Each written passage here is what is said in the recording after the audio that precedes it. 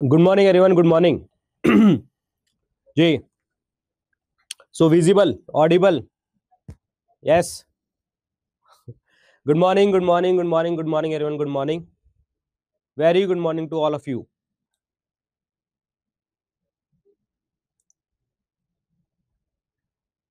सो guys, देखो आज से हम स्टार्ट कर रहे हैं करंट अफेयर की सीरीज, और ये करंट अफेयर जो है वो मैं पढ़ाने वाला हूँ। ठीक है, ये करंट अफेयर जो होंगे वो मैं पढ़ाऊंगा आपको।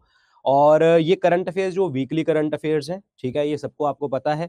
और दूसरी बात, सबसे इंपॉर्टेंट बात यहाँ पे ये है कि थोड़ा सा हमें जो अपनी अप्रोच है वो चेंज करनी है, पढ़ने की भी और पढ़ाने की भी। तो पढ़ाऊंगा मैं अलग से, जहां जैसे आप लोगों ने मुझे कभी यूट्यूब पे नहीं देखा होगा पढ़ाते हुए। और अप्रोच आपको क्या चेंज करनी है, जो मैं टास्क दूंगा वो आपको करने पड़ेंगे, चाहे कुछ भी हो इसमें। ठीक है, अब सुनो इसमें करना क्या है। देखो, हम जो भी करंट अफेयर्स पढ़ेंगे ना, जो भी करंट अफेयर्स इस क्लास में हम पढ़ने वाले हैं, तो इस करंट अफेयर्स में मैंने आपको दो टास्क दिए हैं। एक तो कुछ प्रीलिम्स के रिलेटेड, और हो सकता है कि ये प्रीलिम्स की जो चीजें होंगी ये कुछ कुछ बीच में मैं बताता जाऊंगा आपको, और कुछ आप यहाँ पे लाइव में ही आप आंसर दोगे मुझे। ठीक है, और कुछ आपका होमवर्क होगा। Got it. और दूसरा टास्क है हमारा मेंस का। अब करंट अफेयर से मेंस के क्वेश्चंस कैसे होते हैं, और इसको जो है मैं क्वेश्चन दूंगा, ये आपको लिखने पड़ेंगे। ठीक है, आप अपने जो मेंटोर्स हैं आप उनको भेज सकते हो, नहीं तो ये करंट अफेयर्स जो है, ये वाले करंट अफेयर्स के मेंस की आंसर राइटिंग है, ये आप मुझे भी भेज सकते हो। मैंने एक टेलीग्राम चैनल बनाया है, ठीक है, वो टेलीग्राम चैनल का नाम भी मैं आपको बता देता हूं। आप वहां पे जुड़ जाना, सिर्फ पेड वाले बच्चे होंगे वहां पे। ठीक है, और उसका नाम है, हाँ, उसका नाम है, मेंस के जो चैनल का नाम है that is current affairs PCS by doctor weapon. अभी कोई सब्सक्राइबर नहीं है उस पे, कोई कुछ नहीं है, जस्ट एक ब्रांड न्यू चैनल है टेलीग्राम, जहां पे आप लोग जो है आंसर भेज सकते होंगे मुझे। और आप लोगों के जो आंसर होंगे उसमें बहुत सारे बच्चे हैं, लेकिन करना पड़ेगा। देखो अगेन, करना पड़ेगा आपको। ऐसा नहीं है सिर्फ और सिर्फ मैंने क्वेश्चन दे दिया और आपने बस ठीक है जी घर पे जाके देखेंगे क्या करना नहीं करना। आंसर भेजेंगे, यहाँ पे मैक्सिमम पार्टिसिपेशन देना अपनी। और इस बैच में, इस चैनल पे जो है, जब आप आंसर भेजेंगे ना, तो दूसरे का आंसर भी आप पढ़ेंगे तो आपको पता लगेगा कि आपकी गलतियां कहाँ हो रही हैं और दूसरे का आंसर बेटर कैसे है। समझ आई बात? तो ये चीज ध्यान रखना। अब हम ये दे दिया ना मैंने, current affairs PCS by doctor Vipin. एक ही मैं ही हूं उसमें अभी तक, मैंने अभी मैं पब्लिक नहीं करूंगा इस चीज को। ठीक है, current affairs by current affair PCS ढूंढ लेना, उसमें एक ही सब्सक्राइबर है अभी और वो ही मैं हूं। और ये चैनल आप मिल जाएगा। ठीक है, अरे बाद में ढूंढना यार, बाद में ढूंढना, मुझे मैसेज कर देना, मुझे इंस्टाग्राम पे मैसेज कर देना, मैं शेयर कर दूंगा तुम लोगों को। डोंट वरी एट ऑल, इतनी चीजों की टेंशन नहीं लेते होते। ठीक है, अब आते हैं, पढ़ते हैं यार, आके पढ़ते हैं, पढ़ना जरूरी है। ठीक है, नहीं तो इन चीजों में निकल जाएगा कौन है क्या है कैसे है। ठीक है, आओ देखो, इस वीकली करंट अफेयर्स में, जो हमारे वीकली करंट अफेयर्स हैं, जो बच्चे आप में, मैंने पहले ही बोला था, मैंने यूट्यूब पे भी बोला है, मैंने ग्रुप पे भी बोला है, जितने बच्चे करंट अफेयर्स पढ़ेंगे, जब मैं आज करंट अफेयर पढ़ा रहा हूं, जितने भी पुराने बच्चे हैं, जितने भी नए बच्चे आएंगे, अगले बैचेस में भी आएंगे, सारी वीडियोस मेरी उनको मिलती चली जाएंगी। आप किसी भी स्टेट से बिलोंग करते हो तो ये करंट अफेयर का जो सेशन है, ये वाला, ये सारा सेशन जो है सभी पेड कोर्सेज के बच्चों को जाएगा। ठीक है, तो देख लेना, बाकी जो भी बच्चे हैं आप बता देना उनको। ये बाद में करते हैं, क्या है क्या है, क्या पढ़ना है क्या नहीं पढ़ना। सीधा बात आते हैं यहाँ पे। तो यहाँ पे जो फर्स्ट न्यूज है हमारी ये, कि जो इंडिया में माइग्रेशन है वो बहुत ज्यादा स्लो होता चला जा रहा है, ये प्राइम मिनिस्टर एडवाइजरी बॉडी ने हमें बोला है। और वो माइग्रेशन जो कम हो रहा है, वो कितना कम हो रहा है, वो हो रहा है 11.78%। 11.78%। जो 2023 में ही इन्होंने डेटा रिलीज किया है, 2023 का, that is prime minister advisory body ने ये डेटा रिलीज किया है। Now the thing is, just a second, उसमें वो है चेंज करने वाला, मंगवाओ फिर, हाँ मंगवाओ उनसे। तो यहां पे सीन ये है कि जो ये रिपोर्ट आई है प्राइम मिनिस्टर एडवाइजरी बॉडी की, एंड ये एक रिपोर्ट है जी जिसका नाम है 400 मिलियन ड्रीम्स। इस 400 मिलियन ड्रीम्स रिपोर्ट में बताया गया है कि जो डेटा है वो किस तरीके का डेटा आया, कम हुए, ज्यादा हुए, ये वगैरह। और दूसरी बात ये बताई गई कि माइग्रेशन जो है वो हमें 2023 में कम देखने को मिली। अब सबसे इंपॉर्टेंट बात ये आ जाती है कि यहां पे आपका सबसे इंपॉर्टेंट चीज कि इसके रीजंस क्या होते हैं। जो माइग्रेशन होती है एक जगह से दूसरी जगह, वो उसके रीजन क्या होते हैं। सबसे पहले तो आप खुद सोचो, आप एक जगह से दूसरी जगह पे क्यों जाओगे? पहली, एजुकेशन अपॉर्चुनिटी। अगर आपको एजुकेशन अच्छी नहीं मिल रही, दूसरी जगह पे अच्छी मिल रही है, आप विलिंग है, आप पे कर सकते हैं, आप जाएंगे। दूसरा, आपने पढ़ाई तो कर ली, दूसरी जगह पे आपको अपनी जगह पे जॉब ही नहीं मिल रही, आपको दूसरी स्टेट में जाना पड़ेगा, तो करियर एनहांसमेंट। थर्ड, जहां पे आप रह रहे हैं वहां पे बहुत ज्यादा ओवर पॉपुलेशन हो रहा है, जिससे आपको एक तरह से ऐसे नहीं कहूंगा घुटन, बट अदरवाइज जो एक सेकेंड, एक सेकेंड,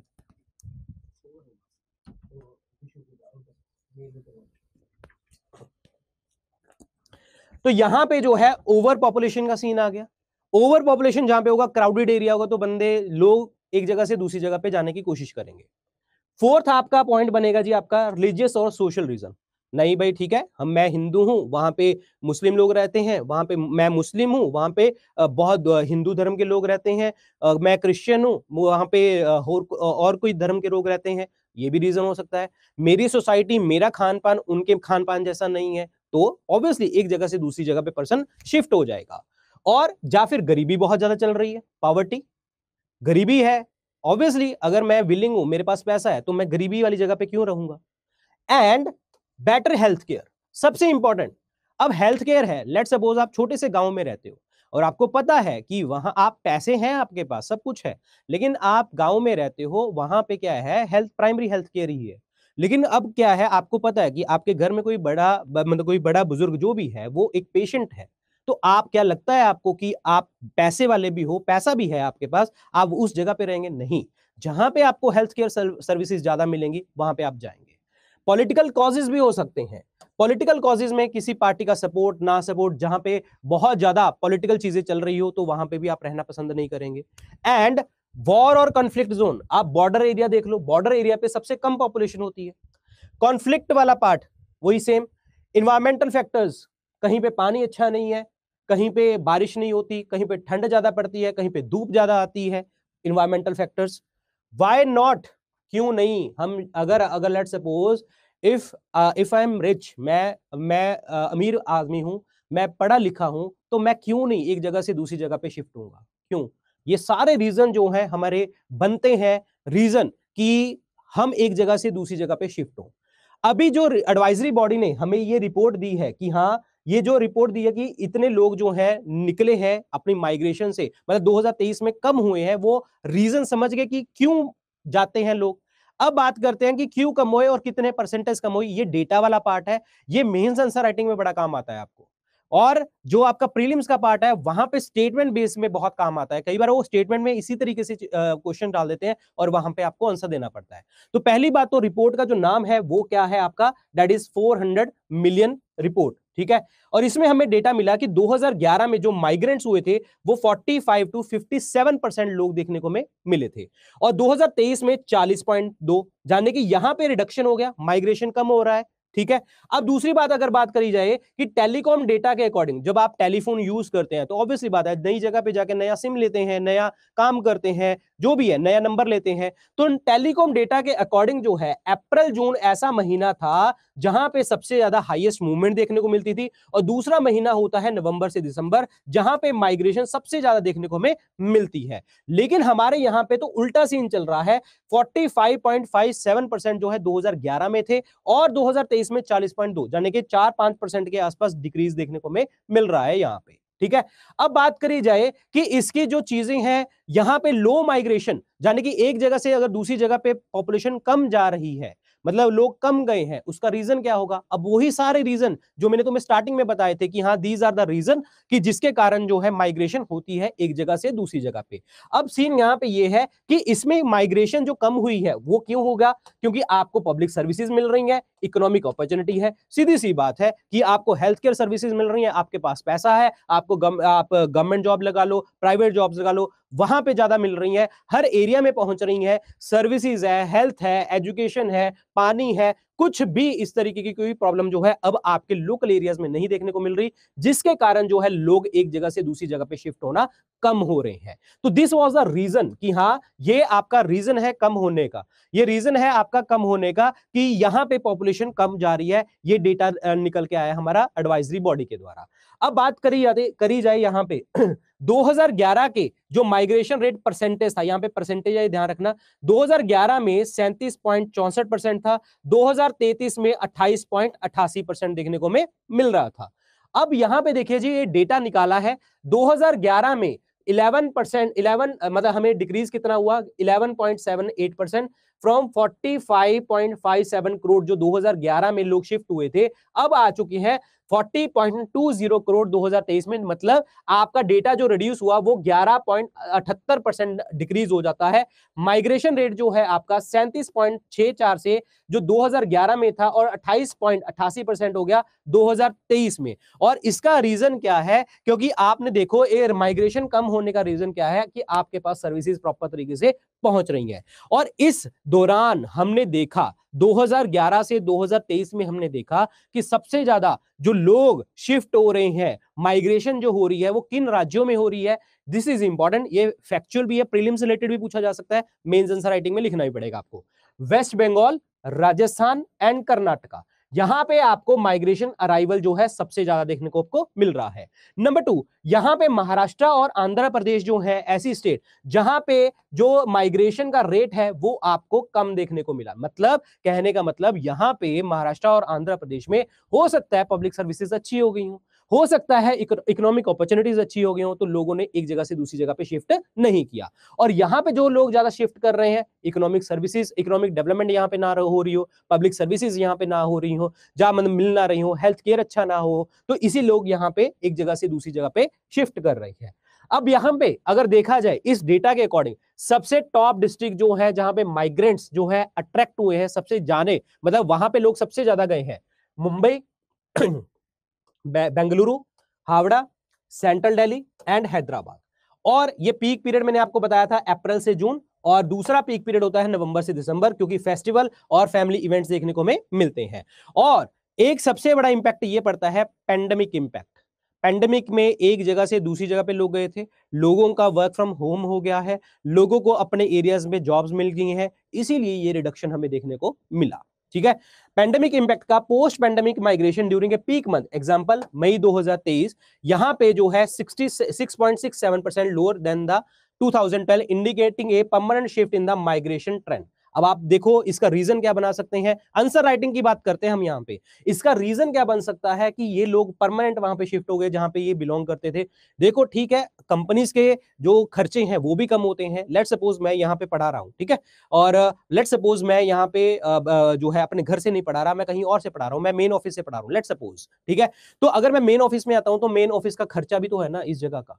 घर में है, मैं घर में बैठा हूँ, मैं आराम से पढ़ रहा हूँ, बस एक स्क्रीन लगाने की जरूरत है, बात खत्म। लेकिन यहाँ पे पूरे तामझाम होंगे, ये 2-3-4 लड़के भी आएंगे, ये एसी भी चलेगा, ये भी चलेगा, तो खर्चे कंपनी के बढ़ रहे हैं। तो कंपनी ने ये खर्चे कम करने के लिए लोगों को परमानेंटली शिफ्ट कर दिया। ठीक है, आप घर से काम करो, कोई दिक्कत नहीं है, प्रोडक्टिविटी है, ठीक है, थोड़ी बहुत शिफ्ट होगी, कोई दिक्कत नहीं है, बट हमारे खर्चे बहुत बढ़ रहे हैं, जिसके कारण जो है वो वेल्थ क्रिएशन हो रही है इंडस्ट्रियलिस्ट की, जब बड़े लोग हैं या एमएनसीज है उनकी। और दूसरी, लोग वहां पे खुश हैं, अपॉर्चुनिटीज वहां पे मिल रही हैं, हेल्थ केयर है, फैमिली मतलब मेंटल हेल्थ बहुत अच्छी रह रही है अब लोगों की, क्योंकि अपनी फैमिली में जाके रह रहे हैं वो। तो ये सारे रीजन है जिसका रिडक्शन हमें कम देखने को मिला कि माइग्रेशन कम क्यों हो रही है हमारे देश में। अगर देखा जाए इंटरनेशनल ऑर्गेनाइजेशन फॉर माइग्रेशन के अकॉर्डिंग, देखो इसकी डेफिनेशन के अकॉर्डिंग क्या है कि अगर कोई पर्सन एक जगह से दूसरी जगह पे मूव करता है, ठीक है, चाहे वो रेजिडेंस के लिए, चाहे वो इंटरनेशनल बॉर्डर्स के ऊपर, जब एक जगह से दूसरी जगह पे शिफ्ट करेगा तो दैट इज, वो पर्सन क्या होगा, माइग्रेंट उसे हम कहते हैं।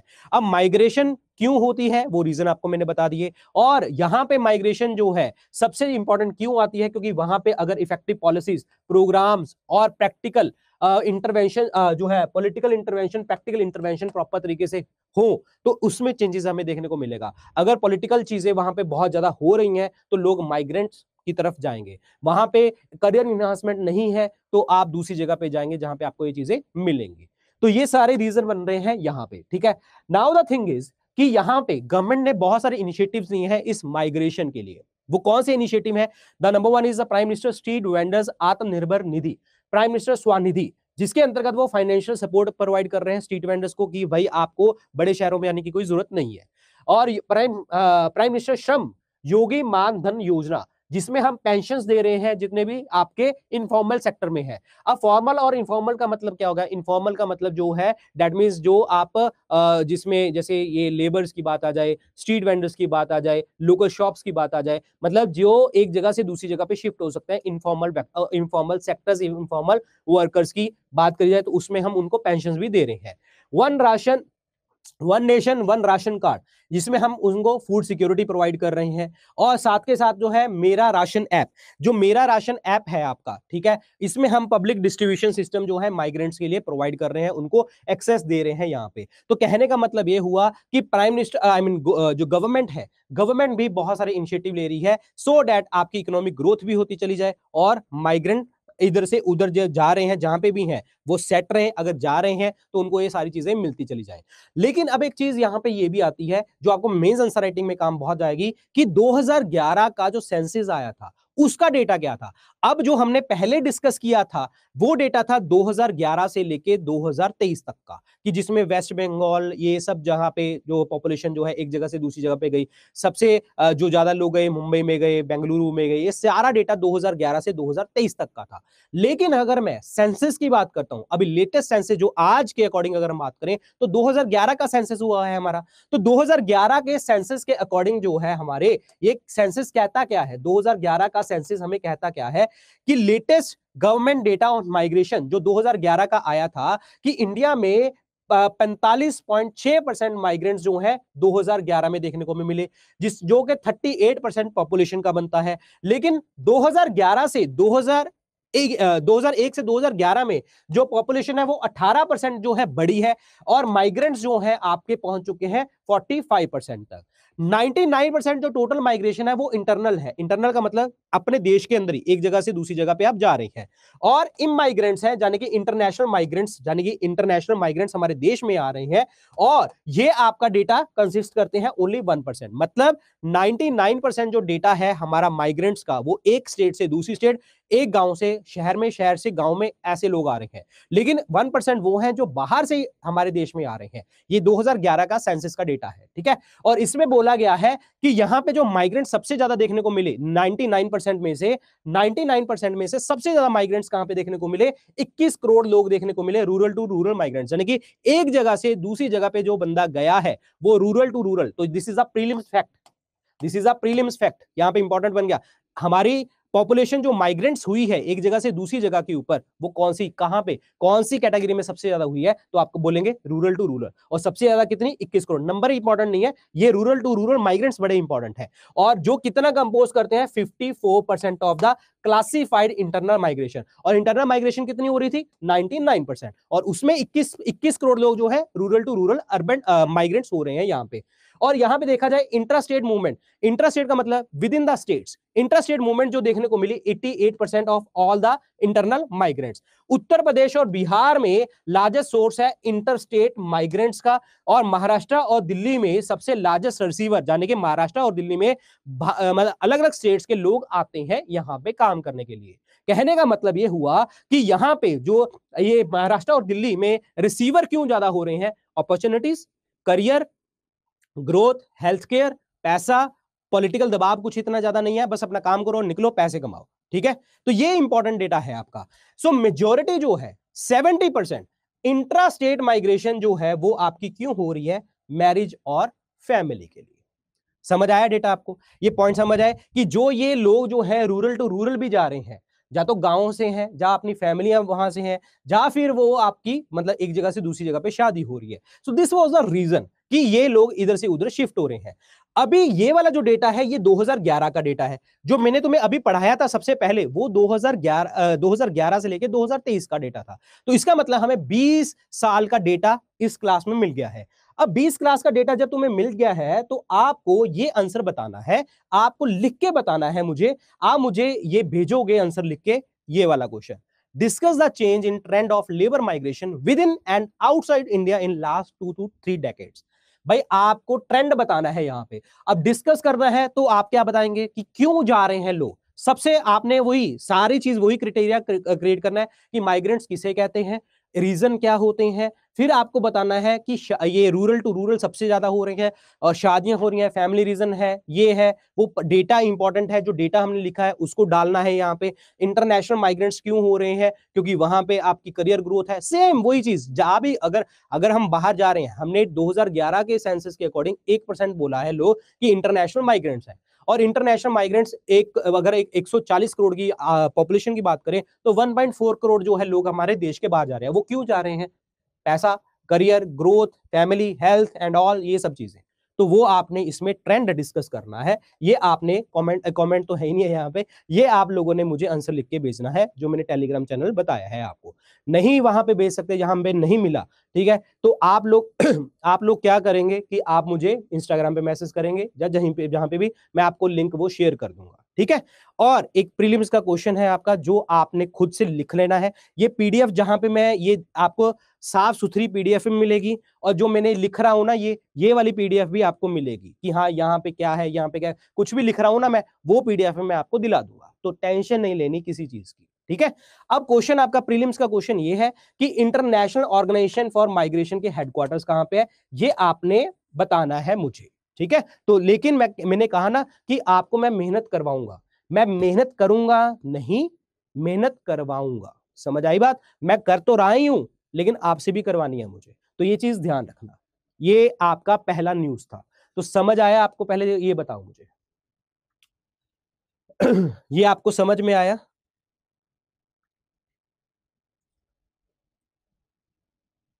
हाँ हाँ, ये सब मिलेगा, सब मिलेगा, सब मिलेगा, सब मिलेगा। हाँ वो मैं कर दूंगा, ये हिंदी में लिखवा दूंगा मैं क्वेश्चन, नो डाउट। देखो एक दो स्लाइड्स होंगी जो इंग्लिश में होंगी, मैं लिखवा दूंगा, ये आपको मिल जाएगा, डोंट वरी एट ऑल। समझ में आ गया? लिख दोगे, लिख दोगे, ये सारा कुछ मिलेगा भाई तुम्हें, ये सब कुछ मिलेगा तुम्हें, तो डोंट वरी एट ऑल, ठीक है। चलो, मजा आ रहा है? मैंने पहली बार क्लास ले रहा हूं मैं पेड बैच में आके, तुम कहते रहते थे कि सर कहाँ हो कहाँ हो, आ गया हूं मैं अब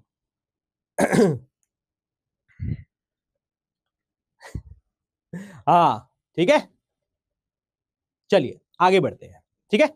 बस बस बस कमेंट बंद कर दो, अब आओ क्लास पे, अपने दूसरे वाली क्लास, दूसरे न्यूज पे चलते हैं। चलिए जी, अब सेकंड न्यूज है हमारी इन्वायरमेंट के रिलेटेड। यहां पे ग्राउंड वाटर का इशू देखने को हमें मिला।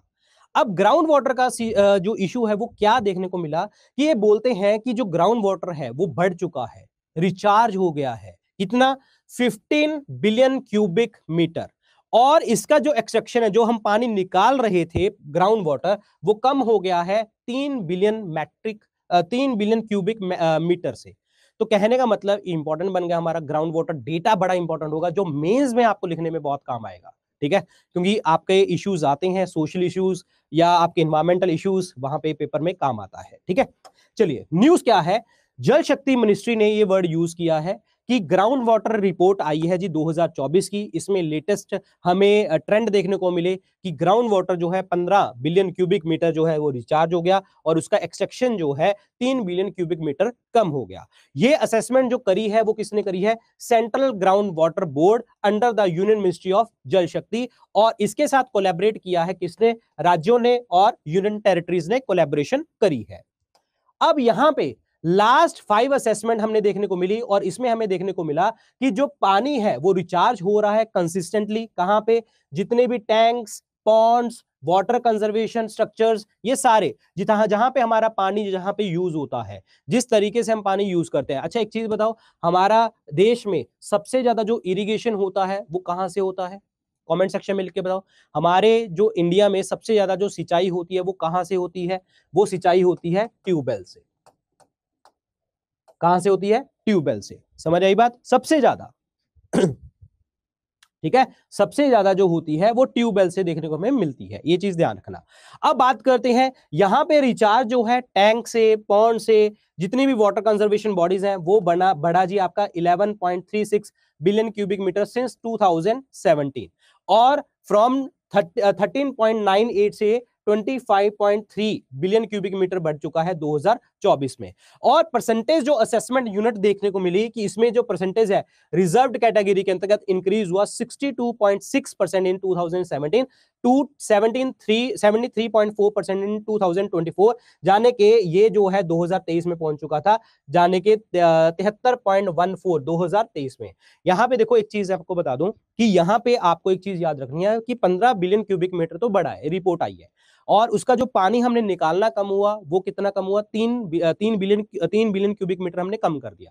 तो इसका मतलब ग्राउंड वाटर रिचार्ज हो रहा है, कम निकालना भी कम कर दिया और पानी भी आ रहा है। और इसका रीजन इन्होंने बताया कि हम कंजर्व कर रहे हैं पानी को, चाहे वो टैंक्स लगा लो, पॉन्ड्स लगा लो, चाहे वो वाटर कंजर्वेशन के स्ट्रक्चर्स लगा लो, ठीक है। और हमारे इंडिया में सबसे ज्यादा जो सिंचाई होती है यानी कि इरिगेशन होता है वो कहां से करते हैं, हम ट्यूबवेल से करते हैं। और ये जो रिचार्ज हो रहा है ये डेटा आपको याद करना पड़ेगा, ठीक है। इसमें मैं आप क्या बताऊं, इसमें तो मैं कुछ नहीं बताऊंगा, ये डेटा आपको याद करना पड़ेगा। ये डेटा भी आपको आई थिंक ये मेंस में काम आएगा, प्रीलिम्स में इतना डेटा नहीं इंपॉर्टेंट है, वो 15 और 3 वाला इंपॉर्टेंट डेटा है, ठीक है।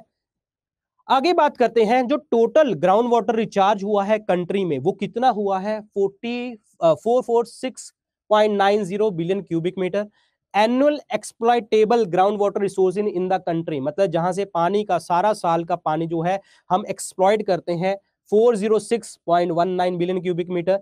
और जो हम ग्राउंड वाटर को हर पर्पस के लिए यूज कर देते हैं, चाहे आप खाना बनाने में लगा लो, ठीक है, चाहे आप जो वॉशरूम वगैरह के लिए पानी यूज करते हैं आपने देखा होगा, ठीक है, और या फिर आप उसको इंडस्ट्री पर्पस के लिए यूज कर रहे हो, कपड़े धोने के लिए कर रहे हो, सभी पर्पस का जितना भी एनुअल ग्राउंड वाटर एक्सट्रैक्शन है वो 245.64 बिलियन क्यूबिक मीटर है। एवरेज लेवल जो ग्राउंड वाटर एक्सप्लॉइटेशन है सभी हमारे देश के अंतर्गत वो 60.47% है। तो ये डेटा इंपॉर्टेंट है, ये आप देख लेना, ओके, डेटा इंपॉर्टेंट है, पढ़ना है। अब यहां पे ग्राउंड वाटर एक्सट्रैक्शन का मतलब क्या होता है, ग्राउंड वाटर एक्सट्रैक्शन क्या मतलब हुआ कि जो खड्डा खोदा वहां से पानी निकाला। वो पानी हम क्यों निकालेंगे, या तो हमने घर में पानी यूज कर रहे हो आप लोग सर्वाइवल के लिए, या फिर आप क्रॉप्स के लिए यूज कर रहे हो, या फिर आप मशीनरी यूज कर रहे हो ताकि आपकी लाइफ जो है वो पूरी तरीके से कंफर्टेबल हो जाए। और हर पर्सन को प्योर वन पानी चाहिए, और ग्राउंड वाटर जो है वो प्योरेस्ट फॉर्म है, मोर क्लीन है हमें, ठीक है। तो इसीलिए हम हैविली डिपेंडेंट है किसके ऊपर, ग्राउंड वाटर के ऊपर हैविली डिपेंडेंट है कि हाँ यहां से पानी निकालना हमें लिए जरूरी हो चुका है। लेकिन अब यहां पे इंपॉर्टेंट चीज क्या है ये न्यूज थी इतनी, मतलब ग्राउंड वाटर की न्यूज थी इतनी, तो मेरे दिमाग में क्वेश्चन क्या आते हैं, जो फैक्ट्स क्या आते हैं, जो इसमें ग्राउंड वाटर में कंटेमिनेशन भी होगा, 100% होगा। ये डेटा जो उन्होंने बोला था वो इतना न्यूज इतनी ही थी कि हाँ ये हुआ है, ये हुआ है। लेकिन दिमाग में क्या आया, हमारे इंडिया में ग्राउंड वाटर में बहुत सारी कंटेमिनेशन है, बहुत सारे ऐसे मिनरल्स हैं, बहुत सारे ऐसे रेडियो एक्टिव पॉल्यूटेंट्स हैं जो हमारे पानी में मिले हुए हैं। तो यहां से कौन सी बीमारियां हो सकती हैं, यहां पे कौन कौन से वो पॉल्यूटेंट्स हैं जो पानी का वाटर कंटेमिनेशन कर रहे हैं, ये इंपॉर्टेंट बन जाता है डेटा। तो इसके बाद वाला जो डेटा है वो प्रीलिम्स के रिलेटेड डेटा है आपका सारा। अब यहां पे देखो प्रीलिम्स डेटा, इसमें क्या है, हमारे पानी में ग्राउंड वाटर में आर्सेनिक, फ्लोराइड, आयरन और यूरेनियम ये जो नेचुरली हमें देखने को मिलते हैं, लेकिन ये नेचुरली अगर बढ़ जाते हैं तो आपका ऑब्वियसली ग्राउंड वाटर क्या हो जाएगा, कंटेमिनेशन देखने को हमें मिलेगा। जिसके अंदर सबसे पहली बात अगर हम बात करें, the one is blue baby syndrome. ये ब्लू बेबी सिंड्रोम क्या होता है, जब आपकी बॉडी में नाइट्रेट्स की कंसंट्रेशन बढ़ जाए, ठीक है, जब नाइट्रेट्स की कंसंट्रेशन बढ़ जाए तो जो है आपको हो जाता है दैट इज एक सेकेंड, हाँ, नाइट्रेट्स की कंसंट्रेशन बढ़ जाए तो आपका स्किन जो है वो डिसकलर होने लग जाता है, यानी कि आपका कलर ब्लूइश कलर होने लग जाता है, और उसे हम कहते हैं मिथेमोग्लोबिनीमिया। इस कंडीशन का नाम यह है जब ब्लूइश कलर दिखने लग जाएगा स्किन का नाइट्रेट्स कंटेंट के कारण। और अगर ऐसी कंडीशन आती है तो आपका जो एबनॉर्मल फॉर्म ऑफ हीमोग्लोबिन हो जाएगा, यानी कि मिथेमोग्लोबिनीमिया, और उसे हम मिथेमोग्लोबिनीमिया कहते हैं। एंड इससे जो है एबिलिटी, क्योंकि आपको पता है जो हीमोग्लोबिन है, हीमोग्लोबिन जो है HB, उसके दो पार्ट है, हीम एंड ग्लोबिन, ये तो सबको पता है, ठीक है। जो हीम पार्ट है वो क्या है, आयरन वाला पार्ट जो ब्लड को रेड कलर देता है। जो ग्लोबिन वाला पार्ट है ना, ये कैरी करता होता है ऑक्सीजन और कार्बन डाइऑक्साइड। अगर आपका मिथ हीमोग्लोबिन बन गया, यानी कि नाइट्रेट्स कंटेंट बढ़ गया, तो इसका मतलब क्या है कि ऑक्सीजन का लेवल जो है एक जगह से दूसरी जगह पे जाने का लेवल जो है वो कम हो जाएगा, यानी कि ऑक्सीजन लेवल कम हो जाएगा, नाइट्रेट्स बढ़ जाएंगे, जिसके कारण कलर क्या हो जाएगा, दैट इज ब्लूइश कलर दिखने लग जाएगा स्किन का। तो यहां पे ये कंडीशन आ जाती है और उसे हम क्या कहते हैं, ब्लू बेबी सिंड्रोम के नाम से जानते हैं। अगर कोई पर्सन कैडमियम रिच पानी पी ले तो उसे हम इटाई इटाई डिजीज कहते हैं, और इस इटाई इटाई डिजीज को आउच आउच डिजीज के नाम से भी जानते हैं। अगर मर्करी कंटेमिनेशन होता है तो उसे हम मिनीमाटा डिजीज कहते हैं, और ये एक न्यूरोलॉजिकल सिंड्रोम है, यानी कि ब्रेन से रिलेटेड चीज है ये, और ब्रेन आपका खराब करेगा ये वाला पार्ट, ठीक है, that is in the humans. अब बात करी जाए, ये क्वेश्चन है, आप फटाफट बताओ इसका आंसर, लाइव में करेंगे ये काम, ये फटाफट आंसर बताओ इसका, क्या आंसर लगता है आपको? तब तक मैं पानी पी लूं। अरे कहां रख दी बोतल मैंने, हाँ फटाफट बताओ।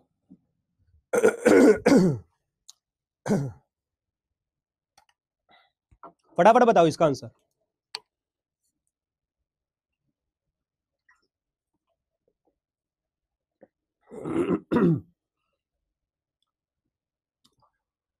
बेटा देखो, ये फर्स्ट क्लास है, मुझे आइडिया नहीं था कि हिंदी वाले स्टूडेंट्स का, सच्ची में आइडिया नहीं था। जो कुछ ऐड ऑन किया है ना मैंने, जैसे कुछ ऐड ऑन किया है और उसमें कहीं कहीं पे कुछ इंग्लिश स्लाइड्स दिख रही हैं, वो मैंने ऐड करी हैं, और मतलब पर्सनली ऐड करी हैं, तो मुझे आइडिया नहीं था। बट आगे से मैं क्या करूंगा, उसका हिंदी वर्जन भी लिख दूंगा। प्लीज आज के लिए मैनेज कर लीजिए, ठीक है, आज के लिए मैनेज कर लीजिए। और जो आपको पीडीएफ ये मिलेगी आपकी वीडियो में, वो आपको एज इट इज हिंदी वाली फॉर्म में भी मिल जाएगी। बताइए जी फटाफट।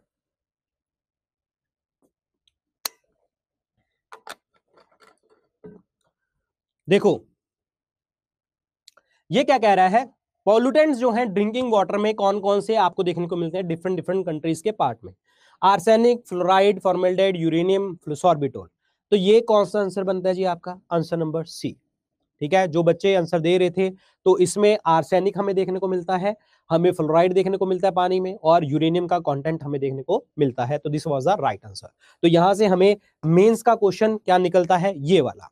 प्रीलिम्स का मैंने बता दिया, और आप ये बताएंगे, suggest major to improve the water storage and irrigation system to make its judicious use under the depleting scenario. कहने का मतलब ये है कि हमारा पानी जो है लगातार खराब होता चला जा रहा है, वाटर स्टोरेज के इंप्रूव करने के तरीके आप बताओ, इरिगेशन सिस्टम को यूज करने के तरीके बताओ, जिससे हम पानी भी बचा सकें और उस पानी का प्रॉपर तरीके से यूज भी कर सकें।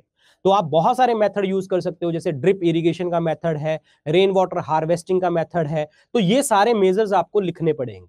पॉइंट समझ आया? ये सब कुछ आपको बताना पड़ेगा। मल्चिंग का मेथड आप यूज कर सकते हैं, टेरेस फार्मिंग आप कर सकते हैं, ठीक है। इस तरीके की चीजें आप लोगों को बतानी पड़ेंगी इस वाले क्वेश्चन में। ये क्वेश्चन आपको 100 वर्ड्स में लिखना है। अगेन मुझे ये क्वेश्चन शेयर करना है आपको।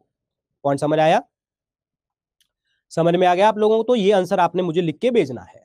तो मैंने आपको बताया है कि करंट अफेयर को एक अलग पैटर्न पे हम पढ़ने वाले हैं, क्योंकि यहां से ही जो आपके पॉलिटी, हिस्ट्री, ज्योग्राफी जो सब कुछ बनता है ना, वो यहीं से हम क्वेश्चन घूम के निकलते हैं।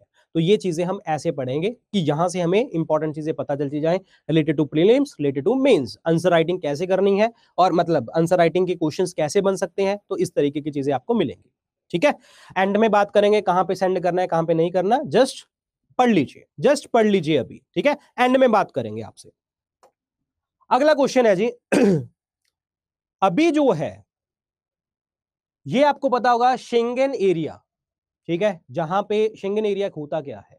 शेंगेन एरिया का मतलब ये होता है कि जब आप अपने बॉर्डर्स पे कोई आपको वो ना हो, दैट मीन्स कोई वीजा वूजा की कोई जरूरत नहीं पड़े, कोई एक्सपोर्ट करना हो, इंपोर्ट करना, कुछ भी कर रहे हो, बंदे आ रहे हैं जा रहे हैं, तो that is called Schengen area.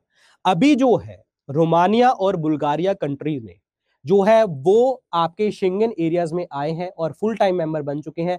जितना भी लैंड बॉर्डर कंट्रोल था उन्होंने स्क्रैप ऑफ कर दिया है, और इसके बाद जो है अब वो फुल टाइम मेंबर बन चुके हैं हमारे शेंगन एरिया के, ठीक है। अब बात यहां पे ये आती है कि इंपॉर्टेंट क्या चीज है। तो first of all Schengen zone जो है एक नाम है, ये एक गांव था कहां पे, लग्जमबर्ग में। एक कंट्री है लग्जमबर्ग, उसमें एक गांव है। फिर उसके बाद इसी नाम से एग्रीमेंट बनता है, शेंगन एग्रीमेंट 1985 का और शेंगन कन्वेंशन 1990 की। और शेंगन एरिया जो है वो वर्ल्ड का बिगेस्ट एरिया है जहां पे कोई भी आपका इंटरनल बॉर्डर कंट्रोल नहीं है, आप एक जगह से दूसरी जगह पे जा सकते हैं, जिसमें आपकी 29 कंट्रीज आती हैं और जिसमें से 27 यूरोपियन यूनियन मेंबर्स हैं। 27 में से 25 आपकी कौन सी 25 जो है 29 में से 25 जो है वो यूरोपियन यूनियन के मेंबर हैं। और एक जो है इसके अलावा जो है साइप्रस और आयरलैंड जो यूरोपियन यूनियन के जो मेंबर हैं 27 एक्सेप्ट साइप्रस एंड आयरलैंड। तो ये स्टेटमेंट बन के आ सकता है, आपको स्टेटमेंट बन के आ सकता है कि शेंगन एरिया में आप बताइए all the European members are the part of Schengen area. नहीं, सिर्फ 2 कंट्री नहीं है, 25 है। साइप्रस और आयरलैंड जो है वे यूरोपियन यूनियन के मेंबर हैं but not the part of the Schengen area, ठीक है। और 4 जो है आपकी नॉन यूरोपियन कंट्रीज हैं जिसमें आइसलैंड है और लिechtenstein है, नॉर्वे है, स्विट्जरलैंड है। तो ये 4 ये आ जाती हैं। तो 25 ये होगी और 4 ये होगी, तो टोटल कितनी होगी 29 कंट्रीज। कितनी होगी 29 कंट्रीज। क्लियर हो गया तुम्हें? हाँ, अब यहां पे देखिए जी 1 जनवरी 2025 की न्यूज है जिसमें रोमानिया और बुल्गारिया जो है वो फुल मेंबर बन चुके हैं यूरोपियन यूनियन शेंगन एरिया के 1 जनवरी 2025 को। अब सीन यहां पे ये आ जाता है कि यहां पे ये मैंने आपको बता दिया कि भाई 25 से 4 ये वो सब ये लिखा हुआ है, ये पढ़ने की जरूरत नहीं है। अब ये शेंगन एरिया प्रोवाइड क्या करते हैं? फ्री फैसिलिटी सिटीजन्स जो मेंबर कंट्रीज के हैं कि आप एक जगह से दूसरी जगह पे जा सकते हैं, आप वहां पे काम कर सकते हैं, आप बिजनेस कर सकते हैं, टूरिज्म कर सकते हैं, या किसी भी पर्पस के लिए आप जा सकते हैं। आपको कोई भी रिस्ट्रिक्शन नहीं होगा, ना तो चेकिंग होगी ना बॉर्डर रिस्ट्रिक्शन होगा। आप एक जगह से दूसरी जगह पे आप जा सकते हैं क्योंकि आप किसके अंदर आ रहे हैं? शेंगन एरिया के अंतर्गत आ रहे हैं। तो this is important thing. Okay, अब आगे बात करते हैं बुल्गारिया के बारे में। तो यहां पे रोमानिया और बुल्गारिया कंट्री है, तो हमें इन दोनों के बॉर्डर्स पढ़ने पड़ेंगे क्योंकि यहां से ज्योग्राफी का क्वेश्चन निकल सकता है, ठीक है। बुल्गारिया और रोमानिया कहां कहां पे लिंक करते हैं, कहां कहां पे चीजों को कनेक्ट करते हैं। तो here is the Bulgaria country. So Bulgaria is here, ठीक है। सो बुल्गारिया जो बॉर्डर करता है ब्लैक सी को बॉर्डर करता है, here is the black Sea and this is in between the जो है Romania and the Turkey. Romania और टर्की के बीच में आता है बुल्गारिया कंट्री। बुल्गारिया जो बाउंडेड है वो रोमानिया से आपके नॉर्थ में, ठीक है, नॉर्थ में, और टर्की से जो है आपका टर्की और ग्रीस से जो है आपका साउथ में आ जाता है, ठीक है। और इधर आपका पड़ता है यानी कि ईस्ट वाली साइड पे पड़ता है आपका ब्लैक सी और नॉर्थ मैकेडोनिया और मैसेडोनिया, ठीक है। ये आपका पड़ता है that is in the Bulgaria के किस कहां पे? साउथ वेस्ट में पड़ता है। और इस साइड पे पड़ता है आपका सर्बिया वाला पार्ट, ठीक है। ये आपको पता होना चाहिए, बॉर्डर्स पता होने चाहिए, दिस इज इंपॉर्टेंट वन। हाँ हाँ, विदाउट वीजा। शेंगन एरिया का मतलब ही ये है, आपको वीजा वूजा की कोई जरूरत नहीं है। आप जब आप शेंगन एरिया में आ चुके हैं तो आपको कोई वीजा की जरूरत नहीं है, आप एक जगह से दूसरी जगह पे आप जा सकते हैं बिजनेस करने के लिए कहीं पे भी, ठीक है। हाँ, तो ये कंट्रीज लोकेशंस याद रखना क्योंकि अब क्वेश्चन जो ज्योग्राफी में आते हैं, लोकेशन बेस्ड चीजें आती हैं, वो आती हैं यहां से, ठीक है। आपके न्यूज में क्या क्या चीजें आ रही हैं। अब सेकंड कंट्री हमारी थी Romania. So here is the Romania. अब रोमानिया के साइड पे देखो जी क्या लग रहा है, ये लग रहा है हंगरी, ठीक है। यहाँ पे साउथ में बुल्गारिया और इधर लग रहा है ब्लैक सी और इधर मोल्दोवा और इधर सर्बिया और कोसोवो। ये सारी कंट्रीज इस तरीके से लग रही हैं। अब पढ़ते हैं, ये देखो रोमानिया जो है बाउंडेड है यूक्रेन से, और यूक्रेन इधर है, मोल्दोवा यूक्रेन यहाँ पे, ठीक है। Ukraine to the north, Moldova to the north east, Black Sea to the south east, Bulgaria to the south, Serbia to the south west and Hungary to the west. ये सारी यहीं पे चीजें जो मैंने आपको बताई हैं, ये वाली चीजें आपको देखने को मिलती हैं। ये पीडीएफ आपको मिल जाएगी, ठीक है जी। No checking at all, yes बिल्कुल सही।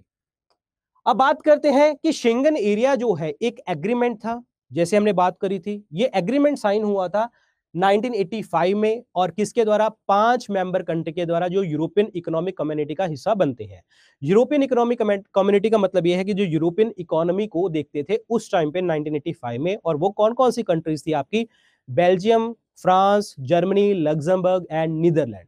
ये 5 कंट्रीज जो हैं यूरोपियन इकोनॉमिक कंट्री कम्युनिटी का हिस्सा बनते हैं। ये एक एग्रीमेंट साइन करते हैं शेंगन एरिया का, जिसमें ये कहते हैं कि अगर हमने यूरोपियन यूनियन को स्ट्रॉन्ग करना है तो हमारे जो लोग एक जगह से दूसरी जगह पे काम के लिए जाएं, पैसे के लिए जाएं, या फिर आप टूरिज्म पर्पज के लिए जाएं, तो उनको कोई दिक्कत नहीं आनी चाहिए। तो हम यूरोपियन यूनियन को एक स्ट्रॉन्ग एरिया बना सकते हैं यहाँ पे, जिसमें हम प्रॉपर तरीके से कोई बॉर्डर चेकिंग ना हो, कोई रिस्ट्रिक्शन ना हो, कोई पर्सन एक जगह से दूसरी जगह पे जा सकता है। और कोई भी सर्विसेज है, अगर हमने कोई गुड्स पहुंचानी है, अगर लेट सपोज हम यूरोपियन यूनियन का मेंबर है तो एक जगह से दूसरी जगह पे कोई चीज मंगवानी है तो हमें कोई मतलब कॉस्टिंग ना लगानी पड़े उस पे, जिससे क्या होगा हमारा ट्रेड भी बढ़ेगा, लोगों की सर्विस, लोगों के लिए सर्विसेज भी अच्छी होंगी और लोग खुश रहेंगे मेनली, लोग खुश रहेंगे मेनली। ये आपका मेन कॉन्सेप्ट है यहाँ पे शेंगन एरिया का। यहाँ पे देखो जी क्या है, बॉर्डर फ्री एरिया यूरोप में जो लोगों को गुड सर्विसेज, कैपिटल्स और शेंगन जोन के अंतर्गत आप पहुंचाएंगे और जो है आपकी चेकिंग वगैरह सब कुछ यहाँ पे खत्म हो जाएगा। तो this was the main purpose. Okay, आगे बात करते हैं। जैसे मैंने आपको बताया कि 1985 में इन 5 मेंबर्स ने ज्वाइन किया था, फिर उसके बाद धीरे धीरे एक्सपैंड होता गया और अब टोटल कितनी बन जाती हैं कंट्रीज, 29, जिसमें 25 यूरोपियन यूनियन की हैं और 4 अलग हैं। और वो 4 नॉन यूरोपियन यूनियन कंट्रीज कौन सी हैं, ये वाली हैं जो हमने डिस्कस करी थी। क्लियर? तो this was the part, Schengen area वाला पार्ट। ठीक है, तो ये जो न्यूज थी आपकी, ये बहुत ज्यादा इंपॉर्टेंट न्यूज थी, यहाँ पे मेंस के क्वेश्चन भी निकलते थे। ठीक है, अब हम डिस्कस करेंगे कुछ पार्ट नेशनल न्यूज का। यहां पे भी कुछ मैंने क्वेश्चन बनाए हैं जो आपको नेशनल इश्यूज के रिलेटेड आपके क्वेश्चन पूछे जा सकते हैं, मेंस के रिलेटेड, प्रीलिम्स के रिलेटेड, वो ध्यान रखना। और एक चीज ध्यान रखना, मैं हमेशा बात कर रहा हूं, आपको बार बार बात कर रहा हूं, जहां पे मैं बोल रहा हूं ना this is a very important fact for the prelims, तो उसको नोट डाउन करते रहना। ये पीडीएफ तो मिल ही जाएगी बट दिमाग खुला रखना, कान खुले रखना। ठीक है, चलिए आगे बढ़ते हैं। गुजरात के सीएम ने लॉन्च किया स्वर प्लेटफॉर्म। ये स्वर प्लेटफॉर्म क्या है? स्वर प्लेटफॉर्म का मतलब यह है कि कोई बंदा अगर लिखना नहीं जानता, ठीक है, बोलना जानता है, बोल के आपका टेक्स्ट लिखा जाएगा, स्वर प्लेटफॉर्म। तो इससे आपको फायदा क्या होने वाला है? जितने भी गरीब लोग हैं, जितने भी अनपढ़ लोग हैं, उनको फायदा होगा। वो अपनी चीज जो है वो सामने वाले पर्सन के पास रख पाएंगे और एट द एंड जो कम्युनिकेशन है और भी इजी हो जाएगा, काम अच्छा हो जाएगा। तो गुजरात के सीएम ने लैंग्वेज बैरियर को खत्म करने के लिए एक प्लेटफॉर्म लॉन्च किया है जिसका नाम है स्वर। अब ये स्वर जो लॉन्च किया था, ये गुड गवर्नेंस डे के ऊपर लॉन्च किया गया था, यानी कि 25 दिसंबर को लॉन्च किया गया था। और सिटीजन का पार्टिसिपेशन इसमें बहुत ज्यादा जरूरी है, इसीलिए लॉन्च किया गया है। गुड गवर्नेंस डे हम किसकी बर्थ एनिवर्सरी के ऊपर सेलिब्रेट करते हैं? दैट इज अटल बिहारी वाजपेयी जी की बर्थ एनिवर्सरी के ऊपर, that is 25 December, that is 25 December. Okay, अब बात यह है कि स्वर का मतलब क्या होता है। This is a speech and text analysis resource. बोलेंगे अपने आप टेक्स्ट लिख के आ जाएगा। और इसमें हम एक आर्टिफिशियल सिस्टम का यूज करने वाले हैं जिसका नाम है भाषिनी। और इसको डेवलप किसने किया है? गुजरात के चीफ मिनिस्टर ऑफिस ने। और भाषिनी टीम जो ministry of electronics and information technology के साथ रिलेट करती है, इन दोनों ने कोलैबोरेशन करी है और प्रॉपर तरीके से जो पर्सन बोलेगा उसके साथ जो है वो टेक्स्ट लिख के आ जाएगा। तो इसमें भाषिनी एआई का यूज किया गया है, ये आपको याद रखना है। ठीक है, और इससे फायदा क्या होगा? इससे फायदा ये होगा कि जो लैंग्वेज बैरियर है वो दिक्कत नहीं आएगी। कोई भी पर्सन बाहर से आता है, जहां से भी आता है, वो अपना कुछ बोलेगा, उसमें वो उस तरीके की टाइपिंग अपने आप निकल के आ जाएगी। और ये टेक्निक जो है वो लोगों को हेल्प करेगी। और सिटीजन जो जो लोग हैं, या तो जिनको इंग्लिश कीबोर्ड नहीं समझ आता, वो अपनी वॉइस बोल सके, अपना जो भी है वो जो लिख देंगे, टेक्स्ट लिख देंगे और जितनी भी चीजें हैं वो सॉल्व हो जाएंगी। और इसमें जो है गवर्नमेंट को हेल्प मिलेगी। जितने भी, जैसे कोई लेट सपोज कोई बाहर से पर्सन आया गुजरात में, कोई क्राइम हो गया, कुछ हो गया, तो भाषा नहीं समझ आ रही, या फिर कोई पर्सन ऐसा है जो गुजरात में रह रहा है, बाहर की, चाहे देश का लगा लो या फिर आप ऐसे लगा लो कि किसी और स्टेट का है, तो कोई भी ग्रीवेंसेस हैं और इस तरीके की चीजें हैं ना, वो प्रॉपर तरीके से आपकी सॉल्व हो पाएंगी। जाने के हमारे देश में गुजरात स्टेट की जो गुड गवर्नेंस है वो अच्छी हो जाएगी। तभी इसको लॉन्च किसके दिन पे किया गया था? गुड गवर्नेंस डे के ऊपर लॉन्च किया गया था कि प्रशासन अच्छा करना है। 25 दिसंबर को इसी कारण लॉन्च किया गया था, क्योंकि स्वर प्लेटफॉर्म का लॉजिक क्या है दिमाग में? अगेन, गवर्नेंस को अच्छा करना। तो this was the logic behind it. ठीक है, नेक्स्ट पॉइंट, ये इतना इंपॉर्टेंट नहीं है, this news is not important at all. ठीक है, बट यहां से मेरे को ऐसा लगता है कि यहां पे आपको कुछ और इंपॉर्टेंट चीज निकलती है, जो पॉलिटी के रिलेटेड निकलती है, वो मैं आपको बताऊंगा यहां पे। जस्ट हमें इस न्यूज को देखना है, बट यहां से हमें कुछ पॉलिटी की चीजें इंपॉर्टेंट बन जाती हैं, पॉलिटिकल साइंस जिसे हम कहते हैं, उसकी चीजें इंपॉर्टेंट बन जाएंगी। देखो, इन्होंने बोला कि राजस्थान में प्रोटेस्ट होता है, किसके ऊपर? 9 न्यू क्रिएटेड डिस्ट्रिक्ट को उन्होंने कैंसिल कर दिया। अब यहाँ पे आपको ये डेटा याद करना पड़ेगा, ठीक है, थोड़ा सा पढ़ना पड़ेगा, बट आप किसी और स्टेट से बिलोंग करते हैं तो इतना इंपॉर्टेंट डेटा नहीं है आप लोगों के लिए, क्योंकि ये राजस्थान स्पेसिफिक है। इशू बड़ा है क्योंकि पॉलिटिकल चीजें जुड़ जाती हैं यहाँ पे, पॉलिटिकल साइंस अगर हम अपने एग्जाम की बात करें तो उसके साथ भी चीज काफी रिलेट करती है यहाँ पे, ठीक है। यहाँ पे देखो जी क्या कहते हैं कि इन्होंने नए जो 9 डिस्ट्रिक्ट बनाए थे और 3 डिवीजन बनाई थी, 17 जो अनाउंस करी थी इन्होंने, तो भाई इसके बाद इन्होंने खत्म कर दिया है। ऑफिशियल नोटिफिकेशन आ चुका है कि यहाँ पे 41 डिस्ट्रिक्ट और 7 ही डिवीजन देखने को हमें मिलेंगे। और भजन लाल शर्मा गवर्नमेंट ने बोला कि हम 5 मेंबर कैबिनेट सब कमेटी बना रहे हैं, जिसमें 17 नए जिले जो बने थे और 3 डिवीजन बनी थी during the Ashok Gehlot government, उसको उन्होंने कैंसिल कर दिया है। इस कमेटी को हेड कौन कर रहे हैं? प्रेमचंद बैरवा, ठीक है। और इसके साथ दूसरे मेंबर्स ये लोग हैं, ये भी इतना इंपॉर्टेंट नहीं है आपके लिए। और इसने बोला कि 17 नए जिले बनाए थे, 3 नई डिवीजन बनाई थी, और जो है उसके बाद जो है 50 आपके जिले पहुंच गए थे और 10 जो है आपकी डिवीजन पहुंच चुकी थी। तो अब 17 इन्होंने मतलब इन्होंने नए जो 9 बनाए थे उसको कैंसिल कर दिया, जाने की 41 रह गए, और डिवीजन 3 कैंसिल कर दी, तो इसका मतलब वो 7 डिवीजन आपकी रह जाती हैं यहाँ पे। और ये डिसीजन जो है फॉर्मर सिविल सर्वेंट राम लुभाया के द्वारा लिया गया है, ठीक है। हाँ, तो अब इसमें ये आ जाता है कि कौन कौन से ऐसे डिस्ट्रिक्ट जो रिटेन किए गए हैं, कौन कौन से अबॉलिश किए गए हैं, कौन कौन से अबॉलिश हो जाएंगे, नोटिफिकेशन रिलीज होगी है, वगैरह वगैरह।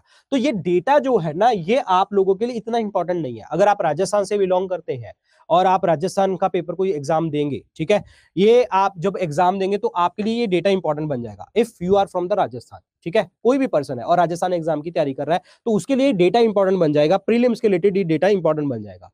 बट अदरवाइज पूरे बाकी लोगों के लिए कोई इंपॉर्टेंट डेटा नहीं है, इतना इंपॉर्टेंट डेटा नहीं है ये, ठीक है।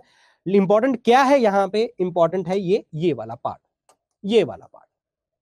व्हाट हमारे देश में कोई नई स्टेट बनाई जाती है, नई स्टेट को दूसरे के साथ मर्ज भी किया जाता है, तो इसमें पावर किसकी है? पावर है पार्लियामेंट की, अंडर आर्टिकल 3, जिसमें कोई भी स्टेट जो है वो एग्जिस्टिंग स्टेट के साथ सेपरेट हो सकती है, 2 स्टेट है वो जुड़ सकती हैं, कोई भी हमारे देश की किसी स्टेट का हिस्सा बन सकता है, उस स्टेट का एरिया आप डिग्रीज और कम कर सकते हैं, नाम चेंज कर सकते हैं, बाउंड्री चेंज कर सकते हैं। ये अगर आप चीज कर रहे हैं तो कैसे करेंगे? इसमें करेगी parliament under article 3 of the Indian constitution. और इसमें आपको मेजॉरिटी कौन सी चाहिए होगी?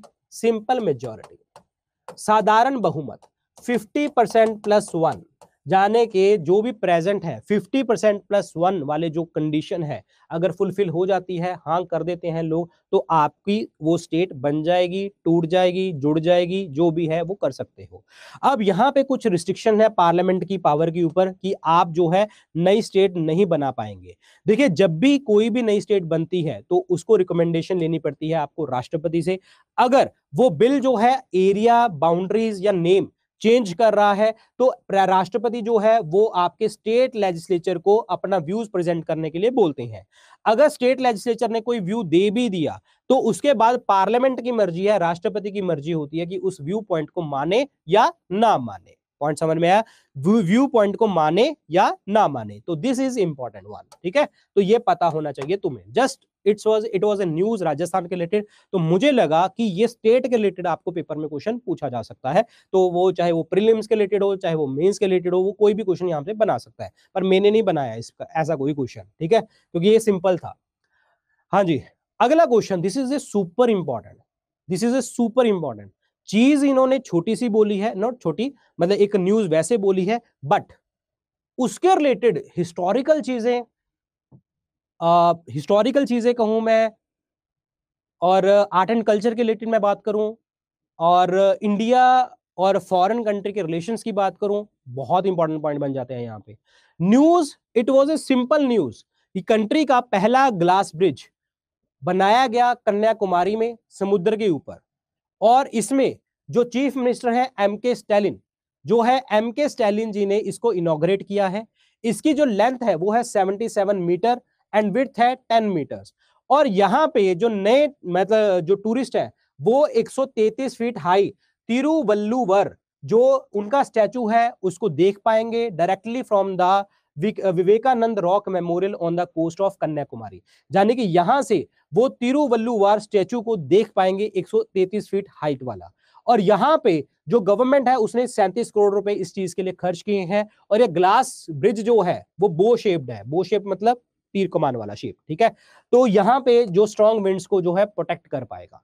तो बिल्कुल सिंपल पॉइंट था यहाँ पे कि एम के स्टैलिन जी ने बस एक सी ब्रिज लॉन्च किया है और टूरिस्ट अट्रैक्शन के लिए 133 फीट हाई तिरुवल्लुवर की स्टैचू को देख पाएंगे वहां से। ये आर्च शेप बनाया हुआ, बो आर्च शेप बनाया हुआ है, 37 करोड़ रुपए खर्च किए हैं। सो this was a simple thing. But यहां पे इंपॉर्टेंट चीज क्या है कि इन्होंने स्पेसिफिकली मेंशन किया यहां पे एक पर्सनैलिटी का, और वो पर्सनैलिटी कौन है? Thiruvalluvar. This is super important कि ये यहां से वो स्टैचू देख सकते हैं। तो दिमाग घूमेगा एग्जामिनर का, ये चांसेस कम है, चांसेस कम है। हाँ मतलब वन वर्ड में डाल दिया तो डाल दिया, ठीक है, लेकिन चांसेस कम है। लेकिन इसको डाल देगा वो आर्ट एंड कल्चर के साथ रिलेट करके, इसको डाल देगा वो हिस्ट्री के साथ रिलेट करके, इसको डाल देगा बहुत सारे पॉइंट्स के साथ रिलेट करके। वो दिखाता हूं आपको कैसे। अब तिरुवल्लुवर जो है इन्होंने स्पेसिफिकली मेंशन किया कि इनका स्टैचू वो देख पाएंगे। ये तिरुवल्लुवर जो है ये कौन है? देखिए अभी 2023 में इंडिया और फ्रांस के रिलेशन अच्छे हो बहुत ज्यादा चल रहे थे। और फ्रांस के जो जो है आई मीन हमारे देश के जो प्राइम मिनिस्टर हैं, उन्होंने सेरजी, एक जगह है सेरजी, सेरजी एक जगह है फ्रांस में, वहां पे स्टैचू अनवील किया था उनका, तिरुवल्लुवर जी का, ठीक है। और तिरुवल्लुवर जी को हम और क्या कहते हैं? वल्लुवर के नाम से भी जानते हैं, जो कि एक इंडियन पोइट और फिलोसोफर हैं। और ये ऑथर हैं किस बुक के? तिरुकुरल बुक के ऑथर हैं। और जहां पे ethics, politics, economic matters, love, इसके बारे में इस पुस्तक में लिखा गया है। और इस पुस्तक में जितना भी है कि मतलब झूठ से दूर हो और किसी को ना मारो, यानी कि किलिंग और फॉल्सहुड से दूर रहो, ये बातें करी गई हैं। यहाँ पे 10 कपलेट्स वगैरह लिखे हुए हैं, जो कि 3 बुक्स के ऊपर, अरम, पोरुल एंड कमम, इसके ऊपर जो है वो बेस चीजें देखने को हमें मिलती हैं। अब इसके बाद अगर हम बात करें कि जो तिरुवल्लुवर जी के साथ जो एसोसिएटेड प्लेसेस हैं वो कौन कौन से हैं। एक तो है तिरुवल्लुवर टेम्पल, ये कहां पे है आपका जी? चेन्नई में है। और कहां पे? मायलापुर, चेन्नई। और जो कि पार्ट है इकम्बारेश्वर टेम्पल का, सुपर इंपॉर्टेंट। और ये अर्ली 16th सेंचुरी में बनाया गया कॉम्प्लेक्स है ये। और एक है आपका टेम्पल मेमोरियल, जो कि एशिया का लार्जेस्ट ऑडिटोरियम है, वो लोकेटेड है वल्लुवर कोटम में, जो कि एक टेम्पल मेमोरियल कंस्ट्रक्टेड है कहां पे? चेन्नई, 1976 में। तो this is important one, this is the important one. समझ में आया इनके एसोसिएटेड प्लेसेस? तो आपको एकम्बारेश्वर टेम्पल से रिलेटेड ऑप्शन डाला जा सकता है, स्टेटमेंट डाला जा सकता है। तो यहां पे जी देखो, आप लोग ना स्टेट पीसीएस तैयारी कर रहे हो, आप वन लाइनर पेपर की तैयारी नहीं कर रहे हो, वनडे एग्जाम की तैयारी नहीं कर रहे, ठीक है। एक बच्चा कह रहा है कि सर इतना डीप पूछेंगे, बिल्कुल पूछेंगे। तो वो जो कहते हैं ना कि ये कहां से क्वेश्चन आ गए, वो यहां से क्वेश्चन आ जाते हैं, बिल्कुल। मैं देखो, मैं तो मैं पहले ही बोला था कि इस बैच के अंदर करंट अफेयर के अंदर अगर मैं आया हूं ना तो कुछ सोच समझ के आया हूं मैं। समझ में आया? जो तुम हवा में झूलते हो ना, इसको कम करना है मुझे, और सीधा पढ़ाई पे लेके आना है तुम्हें। और तुम कहते हो ना कि सर ये नहीं पढ़ा था, ऐसा पेपर में क्वेश्चन कैसा आ गया? जो मुझे पर्सनल मैसेज भी आते हैं आप लोगों के, तो ऐसे आते हैं, इस तरीके के क्वेश्चन पेपर में आते हैं, इस तरीके से पूछे जाते हैं क्वेश्चन पेपर वहां से। तो ध्यान से पढ़ना है हमें, ठीक है। अब यहां पे देखिए, तो ये प्लेसेस का हो गया पॉइंट आपका तिरुवल्लुवर जी का। अब यहां पे ये क्वेश्चन है, ठीक है, इसके बारे में मैंने नहीं पढ़ाया, बट आप थोड़ा सा कोशिश करो इसका आंसर देने की।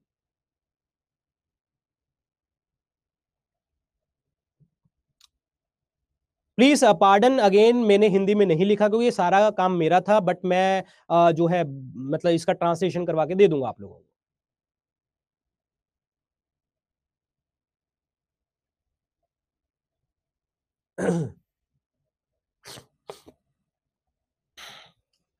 बताइए बताइए, तुक्का लगाओ। देखो कि हाँ यार, ये हो सकता है कि जितना हमने पढ़ा है, सर ने पढ़ाया है, हो सकता है इसके रिलेटेड ये चीज हो। क्या लगता है आपको? वो देखो।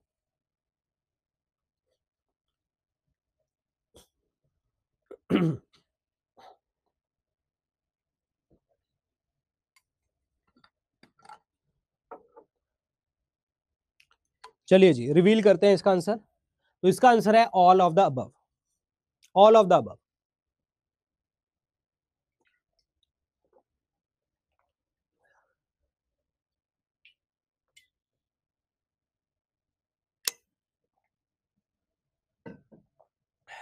देखो यहां पे तो बहुत सारे बच्चों के तुक्का सही लग गए होंगे, बहुत सारे बच्चों के गलत भी होंगे। तो जो चीजें हम पढ़ रहे हैं, ठीक है, तो आपको पता लग रहा होगा कि जो चीजें हमने पढ़ी थी ना, उसके रिलेटेड डेटा कहां से कैसे पूछा जाता है। तो दिस वाज ए क्वेश्चन, तो दैट टाइप ऑफ क्वेश्चन कि हाँ मैंने वो डेटा पढ़ाया, आपको पूरा डिटेल में पढ़ाया, वो Thiruvalluvar temple and complex and all, ये वो सब चीजें, ठीक है, बट इस तरीके का भी डेटा पूछा जा सकता है। तो ये हमने कॉन्टेक्स्ट में कहां पे लेके गए, हम इसको कॉन्टेक्स्ट में लेके गए उसके क्वेश्चन के फॉर्म में। तो ये डेटा तुमने पढ़ना है, समझ में आया? तो ये वाला डेटा जो है पढ़ना है आपको, ठीक है। इनको वर्शिप किया जाता है as a god and saint. ये इनका जो फेमस टेम्पल है वो विरुद्धनगर डिस्ट्रिक्ट में देखने को मिलता है। वल्लुवर जी का वर्क है तिरुकुरुल, ये आपका अर्ली फर्स्ट सेंचुरी में आता है, जो कि लिंग्विस्टिक एनालिसिस करता है राइटिंग का और ट्रेडिशनल अकाउंट्स के बारे में बात करता है। इनका जन्म मदुरई में हुआ था, बट बाद में ये मूव कर गए थे मल्लापुरम में। तो this was a important things, ठीक है। आओ जी आगे, ये पढ़नी है तुम लोगों ने, ऐसा ना मत समझ लेना कि बस हो गया। हाँ जी अभी मणिपुर में कॉन्फ्लिक्ट देखने को आपको मिले थे, तो नेक्स्ट न्यूज है हमारी, मणिपुर में कॉन्फ्लिक्ट देखने को मिले थे। वहां पे गवर्नमेंट ऑफ नेपाल ने 50,000 रुपए का लोन दिया है, जहां पे आपको कोई गिरवी रखना नहीं पड़ेगा कुछ, और ये एंटरप्रेन्योरशिप असिस्टेंस स्कीम के अंतर्गत देखने को मिल रहा है, ठीक है। और इसमें बहुत सारी चीजें इन्वॉल्व हुई हैं। ऐसे 7 स्टार्टअप आइडेंटिफाई किए गए हैं जो एम्प्लॉयमेंट देगा 432 जो डिस्प्लेस पीपल हैं उनको। इसके अलावा one family one livelihood scheme जो टारगेट करेगी और आपको लोन प्रोवाइड करेगी 10 लाख रुपए का, और 30% सब्सिडी देगी, 5,000 बेनिफिशरीज को ये सब्सिडीज प्रोवाइड करेगा। तो दिस इज इंपॉर्टेंट थिंग, ठीक है। ये एक जस्ट एक क्वेश्चन था, इसको वन वर्ड टाइप क्वेश्चन पूछा जा सकता है कि कौन सी गवर्नमेंट, ठीक है, ये वन वर्ड टाइप क्वेश्चन पूछा जा सकता है, नेपाल। और आपको ये हेल्प करेगा इंडिया नेपाल रिलेशन, जब आप पढ़ोगे इंटरनेशनल रिलेशन, वहां पे एक आंसर राइटिंग में आपको हेल्प करेगा। इस तरीके का चीजें आप वहां पे लिख पाओगे। समझ आई बात? इसमें आप 50,000 रुपए तक का आपको लोन यहां पे प्रोवाइड किया जाएगा, ठीक है। सॉरी, ये नेपाल नहीं है, ये मणिपुर है, sorry sorry sorry sorry sorry, Manipur, ये गलत लिखा गया, मणिपुर। हाँ जी हाँ जी, मणिपुर मणिपुर,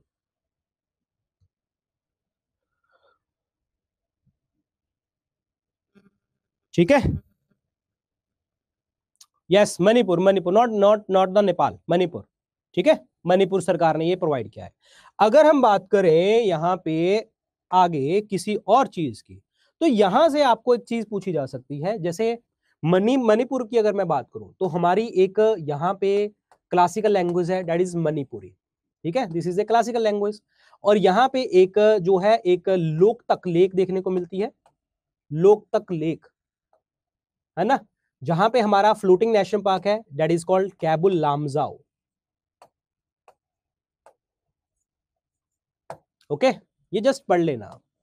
क्लासिकल लैंग्वेज तो चलो जब इस तरीके का न्यूज आएगा उसमें डिस्कस करेंगे कि what are classical languages and all, ठीक है। आगे बात करते हैं विनोदिनी थिएटर स्टेज।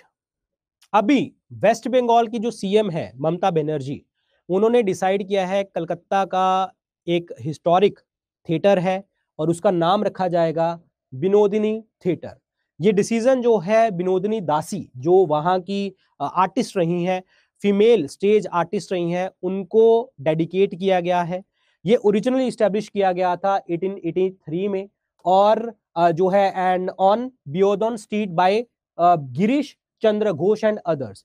ये इन्होंने बहुत बड़ा रोल प्ले किया, इनको अर्ली सक्सेस मिली, लेकिन इनके नाम पे कोई थिएटर नहीं था, तो इसीलिए इन्होंने नाम पे विनोदिनी थिएटर इन्होंने बना दिया। अब यहाँ पे एक चीज देखो कि यहाँ पे विमेन एम्पावरमेंट की बात आ रही है एक तरह से, कि हाँ किसी फीमेल के नाम के पीछे जो है ये बनाया गया है। अभी आपको पता है वेस्ट बंगाल में केस भी हुआ था, केस भी हुआ था जिसमें उस डॉक्टर को मारा गया था, ठीक है, रेप किया गया था। तो वहां पे एक बिल भी आया था वेस्ट बंगाल में। एनीवन, किसी को पता हो कमेंट सेक्शन में लिखो।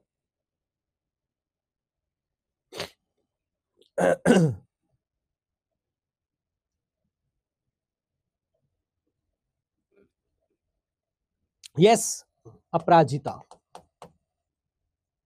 अपराजिता बिल, ठीक है, अपराजिता बिल। तो रिलेट करके बात करी जा सकती है, ठीक है। अच्छा, एक बच्चा कह रहा है, क्या कह रहा है ये, एक सेकंड, मणिपुरी नहीं है सर क्लासिकल। मैंने क्या बोला था, मैंने क्लासिकल क्या बोला था, क्लासिकल डांस फॉर्म नहीं बोला था क्या? मैंने क्लासिकल डांस फॉर्म बोला था, मैंने लैंग्वेज बोल दिया क्या? एक सेकंड, एक सेकंड, एक सेकंड, क्लासिकल डांस है वो। हाँ, Manipuri is the classical dance form. Manipuri is a classical dance form. हाँ, आई एम सॉरी अगर मैंने लैंग्वेज बोल दिया। हाँ, ये थोड़ा बहुत बोलते रहा करो, कई बार बोलते बोलते कुछ गलत निकल जाता है, ठीक है, बहुत बढ़िया, ठीक है। तो हमारी मणिपुरी जो है वो क्लासिकल डांस है, ठीक है। हाँ, thank you so much, thank you so much, तुरंत आपने बीच में रोक दिया मुझे। आइए जी, आगे बढ़ते हैं। So next is the international news. तो इंटरनेशनल न्यूज में देखते हैं क्या चीजें हैं हमारी। अब इंटरनेशनल न्यूज में है, SCA chief announces the success of trial operation of Suez Canal expansion project in the small Bitter Lakes. What is this? Actually क्या है, इजिप्ट ने 10 किलोमीटर एक्सटेंशन किया है सुइज कैनाल का। तो Swiss canal is important, why it is important, why it is important in the international trade, question बन सकते हैं। अब इजिप्ट की अगर हम बात करते हैं, इजिप्ट की अगर बात करी जाए तो इजिप्ट की कैपिटल इज कैरो, और यहां पे जैस्मिन रेवोल्यूशन भी देखने को मिला है। जैस्मिन रेवोल्यूशन, जस्ट याद रखना, याद रखना, हिस्ट्री का पार्ट है, ठीक है। इजिप्ट में 10 किलोमीटर एक्सटेंशन करी है इन्होंने सुइज कैनाल की। ये सुइज कैनाल की एक्सटेंशन करने का रीजन क्या है, जिससे जो नेविगेशन हो रही है उसका टाइम कम लग सके, पैसा कम लग सके, और कैनाल की कैपेसिटी को बढ़ाया जाए। यहां पे समझ आया, जो है इस चीज की जो है कमाई को यहां पे बढ़ाया जाए। इस सुइज कैनाल की जो कंस्ट्रक्शन है वो आपकी स्टार्ट होती है 1859 से, और इसको 10 सालों बाद कंप्लीट किया था 1869 के अंतर्गत। और इसको बनाया किसने था, एक फ्रेंच इंजीनियर है जिनका नाम है, that is called Ferdinand, Ferdinand de Lesseps Lesseps, इन्होंने बनाया था। और ये सुइज कैनाल बॉर्डर करती है अफ्रीका और एशिया को, मैं दिखाता हूं अभी आपको। और यहां पे 12% ऑफ ग्लोबल कॉमर्स यानी कि बिजनेस, 7% ऑफ वर्ल्ड का ऑयल, 30% जो है आपका डेली कंटेनर टैरिफ यहां से पास होता है। अगर आप 10 किलोमीटर एक्सटेंशन कर रहे हैं तो पैसा बहुत ज्यादा कम लगेगा। मतलब इजिप्ट अगर आपका 10 किलोमीटर आगे बढ़ा रहा है तो नेविगेशन इजी हो जाएगी, ट्रेड इजी हो जाएगा, पैसे कम लगेंगे, ऑब्वियसली बात है, चीजें ज्यादा से ज्यादा सस्ती होने के भी चांसेस बढ़ जाएंगे। और ये पार्ट कहां पे है, अफ्रीका और एशिया के बीच में देखने को मिलता है, जो कि कैरी करता है 12% of the global commerce, 7% oil, 30% daily container tariff. मतलब एक डेली एक जगह से दूसरी जगह पे चीजें जा रही हैं।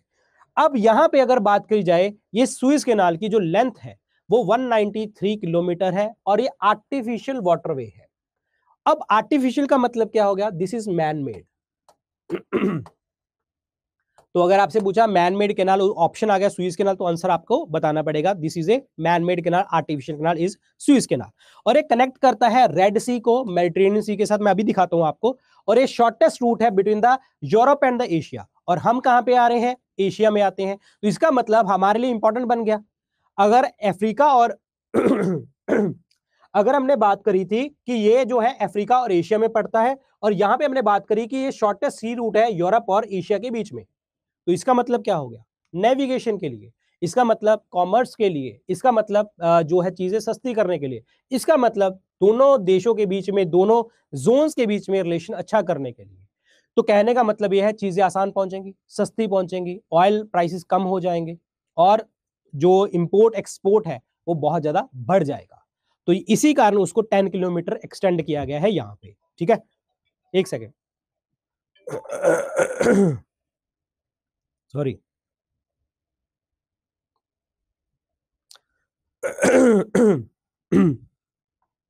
हाँ जी, अब बात करते हैं, ये सबसे बिजी वाटरवे है।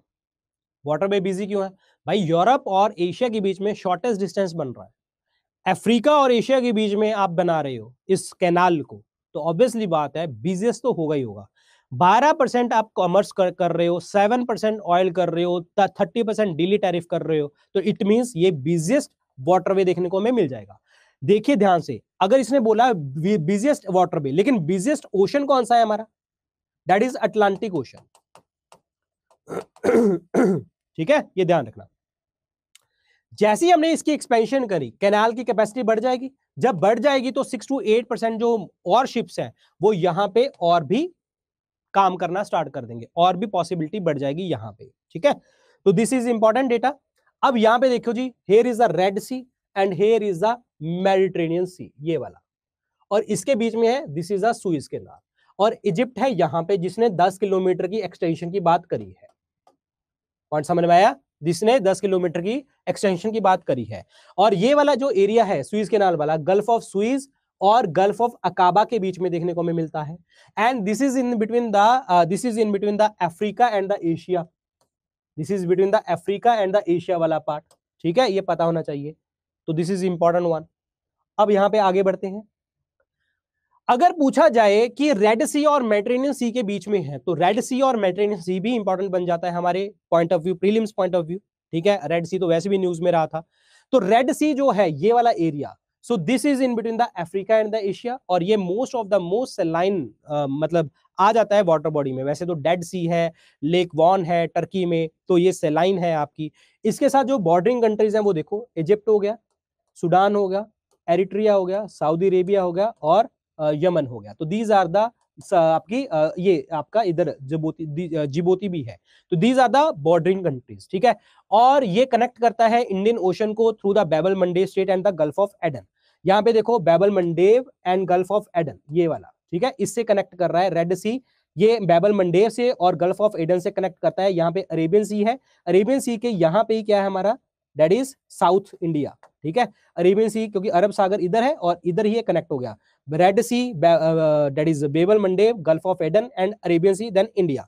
तभी आपके लिए, इंडिया के लिए इंपॉर्टेंट क्यों है? क्योंकि इंडिया का सामान ऐसे ऐसे ऐसे ऐसे पहुंचेगा। पॉइंट समझ आया? और यहां का सामान ऐसे ऐसे ऐसे ऐसे पहुंचेगा। पॉइंट समझ आया?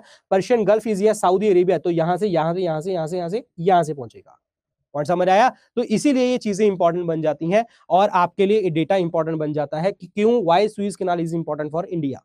ठीक है, तो आपको ये सारी चीजें लिखनी पड़ेंगी ऐसे कि हाँ रास्ता ऐसे है, 17% ग्लोबल, ये वो सब चीजें जो डेटा हमने लिखा था, तो ये शॉर्टेस्ट डिस्टेंस बन जाएगा। अगर 10 किलोमीटर एक्सटेंशन किया है तो कहने का मतलब इंडिया अब आगे भी जा सकता है, और उसका पैसा और खर्च कम हो। नहीं तो इंडिया को पता नहीं कैसे ऐसे रूट अपनाने पड़ते थे जिसमें खर्चा भी लगता है, टाइम भी लगता है, पैसा भी लगता है, और लोगों के ऊपर भी बातें आती हैं। ठीक है, तो ये है आपका रेड सी। नॉर्थ में सिनाई पेनिसुला है, गल्फ ऑफ अकाबा है, गल्फ ऑफ सुइज है, मैंने आपको बता ही दिया था। और एक ग्रेट रिफ्ट वैली का पार्ट बनता है, कौन? That is Red Sea. This is important data. ठीक है, और एक ग्रेट रिफ्ट वैली कहां पे है? अफ्रीको अरेबियन रिफ्ट वैली का पार्ट बनता है। This is super important again.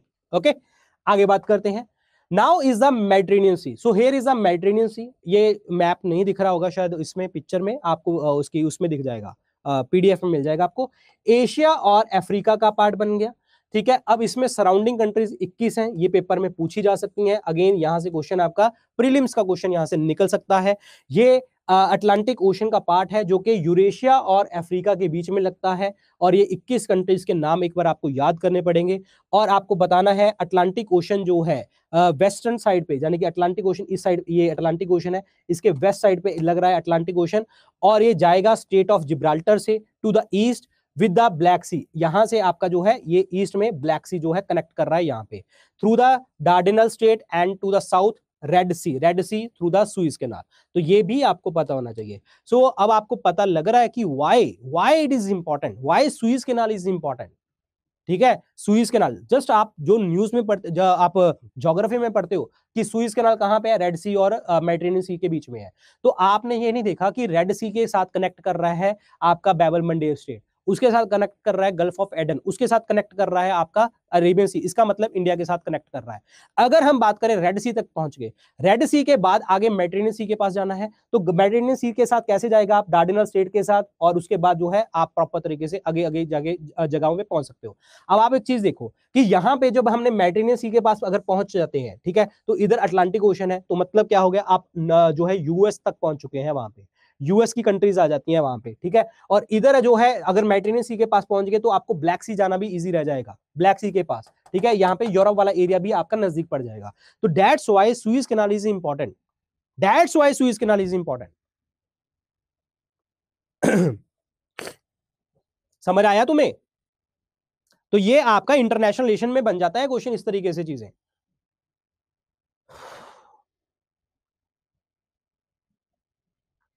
तो समझ आया? और भी लेक्चर है, अभी अभी अभी खत्म नहीं हुआ, अभी तो बहुत पढ़ा है। कितना पढ़ा है? बहुत पढ़ा है, बहुत पढ़ा है।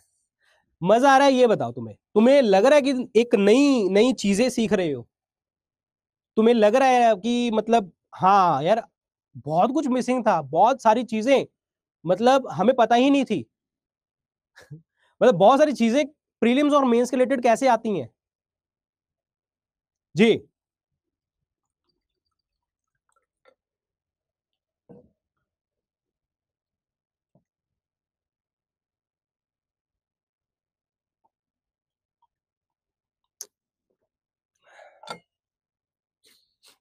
हाँ 1 PM से कोशिश करूंगा कि 1 PM से कोशिश करूंगा कि जल्दी खत्म हो जाए, ठीक है। ओके नहीं नहीं भाई नहीं, ये हफ्ते में हमारी एक क्लास होगी, क्योंकि इसके अंदर जो है ना बहुत सारा कंटेंट होता है, और बहुत सारे कंटेंट में बहुत सारी एक हफ्ते की न्यूज होती हैं। आपकी वीकली करंट अफेयर्स लूंगा मैं इस तरीके के, ठीक है। चलिए पढ़ते हैं, आगे बढ़ते हैं। ओके बढ़ते हैं आगे। अब यहां पे बात करी जाए वियरिंग बुर्का बैन इन स्विट्जरलैंड। देखो बुर्का पहनना जो है वो बैन हो चुका है स्विट्जरलैंड में, just it was a news, बस पता होना चाहिए। और आपको पता होना चाहिए भाई ठीक है फाइन लग गया, ये वो सब चीजें स्विट्जरलैंड में बैन करी गई हैं। ये खुद से पढ़ने वाली न्यूज है, ज्यादा डिस्कस करने वाली न्यूज नहीं है।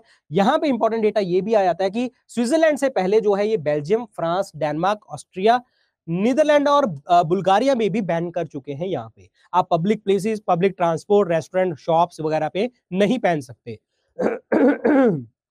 ठीक है, समझ आ गया?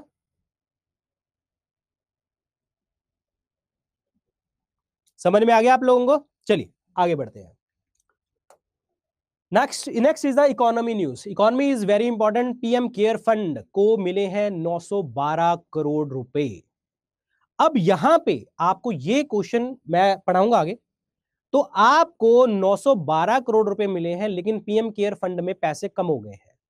लेकिन हमें एग्जाम में क्वेश्चन यहां से कैसे पूछा जा सकता है, किस तरीके की चीजें पूछी जा सकती हैं? हमें पीएम केयर फंड में यह पूछा जा सकता है कि it is a statutory body या नहीं, नॉट प्रॉफिट, नॉन प्रॉफिट, कौन सी बॉडी है, किस मिनिस्ट्री के अंतर्गत आती है, टैक्सेशन एग्जाम्पशन है या नहीं है, कौन से लोग यहाँ पे पैसा देते हैं, वॉलेंटरी कर सकते हैं, रिकमेंडेड है, जरूरी है, उसका अगर डेटा, अगर कोई पर्सन पैसा देता है तो उसका डेटा आता है। फॉरेन कंट्री वाले जो लोग पैसे इसमें देते हैं वो रेगुलेशन में आते हैं नहीं आते, क्या चीजें हैं ये, तो दिस इज वेरी इंपॉर्टेंट, ठीक है। तो इस बार का डेटा ये आया है कि जब कोविड खत्म हुआ तो पीएम केयर फंड में पैसे आने कम हो गए हैं, तो उसमें अभी तक हमारे 912 करोड़ रुपए मिले हैं करंट ईयर में। अब बात यह है कि प्राइम मिनिस्टर केयर फंड जो है एक वॉलंटरी कंट्रीब्यूशन है, जिसमें 912 करोड़ 2022-23 में मिले थे, जो कि लोएस्ट है किसमें, मार्च 2020 से कम आए हैं। तो कहने का मतलब ये हो गया कि यार देखो सीधी सी बात है, लोगों को पैसे की जरूरत थी उस टाइम पे, कोविड समय पे, तो लोगों ने सबने बढ़ चढ़ के अपना योगदान दिया, पैसा दिया। उसके बाद पेंडेमिक कंडीशन ठीक हो जाती है, इमरजेंसी रिलीफ फंड जो है आपका मतलब कोई जरूरत नहीं पड़ती, तो 912 करोड़ रुपए रिसीव हुए हैं यहाँ पे। Now this is important data, important है ये पढ़ना, ठीक है। देखो 19-20 में 3076 करोड़ रुपए फॉरेन में से इतने आए थे जो भी है, और उसके बाद जो है 1 करोड़ में है, करोड़ में है। 20-21 में 7183, फिर उसमें 1896, 2022-23 में सिर्फ 909, ठीक है। और टोटल जो है अगले अगले 4-5 साल का करते हैं तो 13,000 करोड़ रुपए के पास डेटा आया है, और 538 करोड़ रुपए जो है फॉरेन कंट्री से हमें देखने को मिले हैं। पैंडेमिक कंडीशन के बाद जो है ये चीजें कम देखने को मिल रही हैं। अब बात यह है कि प्राइम मिनिस्टर केयर फंड है क्या। तो देखिए पहली बात तो it is a public charitable trust, this is important data, ये वर्ड ही इंपॉर्टेंट है। पब्लिक चैरिटेबल ट्रस्ट है जो कि रजिस्टर्ड किया गया था 2020 में under the registration act of 1908, ठीक है। और इसमें एम क्या था, जितनी भी देखो चाहे वो कोविड के रिलेटेड हो चाहे कुछ भी रिलेटेड हो, देश में कोई इमरजेंसी प्रॉब्लम आती है तो कोई भी पर्सन यहाँ पे पैसा दे सकता है, चाहे वो डिजास्टर हो, मैन मेड हो, नेचुरल हो, कोविड-19 जैसी प्रॉब्लम हो, हेल्थ केयर सर्विसेज कमी पड़ रही हो, एसेंशियल फैसिलिटीज लोगों तक नहीं पहुंच रही हो, इंफ्रास्ट्रक्चर की कमी हो, तो कोई भी पर्सन यहाँ पे पैसा इन्वेस्ट कर सकता है। और ये पैसा जो है आपका प्रॉपर तरीके से जो लगेगा, जो भी अफेक्टेड पॉपुलेशन होगी या कोई भी जो पॉपुलेशन है जिसपे मतलब प्रॉब्लम है, उसको वो सॉल्व करेंगे प्राइम मिनिस्टर केयर फंड से, यानी कि पैसा वहां पे यूज किया जाएगा। अब यहाँ पे ये है कि ये जो है कोई भी जो है ये रन जो होती है वॉलंटरी ऑर्गेनाइजेशन और कंट्रीब्यूशन से होती है, मतलब अगर मेरी मर्जी है तो मैं डाल सकता हूं, ऐसा नहीं है कि कोई किसी से अगर लेट सपोज मैंने लास्ट ईयर 10,000 रुपए डाले थे तो ऐसा नहीं है कि मुझे 10,000 आज भी मांगेंगे। और इसमें बजट में इसका कोई सपोर्ट नहीं होता, बजट में कोई चीज नहीं आती, ये वॉलंटरी ऑर्गेनाइजेशन है, आप खुद से पैसा दे रहे हो। अगर आप पैसा दे रहे हो ना तो आप इनकम टैक्स फ्री हो जाएंगे, उस अमाउंट के लिए इनकम टैक्स फ्री है और section 80G of the income tax act में देखने को मिलते हैं। अगर कोई फॉरेन वाला पर्सन यहाँ पे पैसा इन्वेस्ट कर देता है तब भी आप इसमें नहीं आते, ठीक है, यानी कि फॉरेन कंट्रीब्यूशन रेगुलेशन एक्ट के अंतर्गत देखने को नहीं मिलता। और यहाँ पे जो पैसा है आपका ये अकाउंट किया जाता है CSR, that is called corporate social responsibility के अंतर्गत देखने को मिलेगा अंडर द कंपनी एक्ट 2013। अगर कोई फॉरेन वाला पैसा इन्वेस्ट कर देता है, कोई कंपनी इन्वेस्ट कर देती है, कोई पैसा फॉरेन है, इंडस्ट्री है, वो पैसा डाल देती है यहाँ पे, तो कहने का मतलब ये है कि आप लोगों को यहाँ पे सारी चीजें एग्जाम्पशन है, आपका कोई डेटा इधर से उधर नहीं होता। अब इसके जो चेयरमैन होते हैं वो प्राइम मिनिस्टर होते हैं। Trusted is important, trustees are very important, क्योंकि chairman is ex officio chairperson. और ट्रस्टीज कौन है, 3 मिनिस्ट्री है यहाँ पे, defence ministry, home ministry and finance ministry, तो 3 मिनिस्ट्री यहाँ पे देखने को हमें मिलती है। एडिशनल ट्रस्टी देखो जी, आपके अपॉइंटेड है चेयरमैन और ऑपरेट करते हैं नॉन प्रॉफिट बेसिस के ऊपर, and it is appointed on a non profit basis. अब देखो, अब आप मुझे बताओ what is non profit and not for profit. अगर ये जो चीज है ये समझ में आ गई ना तो बड़ी सही चीज हो जाएगी आपके लिए। Non profit and what is not for profit organisation, और हमने यहाँ पे जो एडिशनल ट्रस्टीज बोले हैं वो नॉन प्रॉफिट वाले हैं। एनीवन, किसी को पता है non profit and not for profit क्या होती हैं चीजें? ये इंटरव्यू में भी पूछा जा सकता है आपसे। What is the difference between the non profit and not for profit organisation? सबसे पहली बात तो यहां पे देखो, समझो ध्यान से, जो नॉन प्रॉफिट वाली ऑर्गेनाइजेशंस होती हैं उसमें लेट सपोज मैं वहां पे जाके काम कर रहा हूं, ठीक है, मैं वहां पे जाके काम कर रहा हूं, मुझे उस काम के पैसे मिलेंगे, लेकिन उस ऑर्गेनाइजेशन को प्रॉफिट नहीं होगा, वो ऑर्गेनाइजेशन के पास पैसा नहीं रहेगा, वो वहां पे पेड एम्प्लॉइज रहेंगे। जो नॉट फॉर प्रॉफिट ऑर्गेनाइजेशन होती है वो वॉलंटियर की मदद से चलती है। वॉलंटियर मतलब हम लोग सीधा आए, पैसे दिए, निकल गए। जा आप कहते हो ना चैरिटेबल ट्रस्ट में, आप चैरिटेबल हॉस्पिटल में जाके आपने काम कर दिया, तो that is not for profit. मान के चलो आई एम डॉक्टर, मैं अपनी फ्री सर्विसेज जाके किसी भी चैरिटेबल हॉस्पिटल में दे आऊं, तो that is not for profit.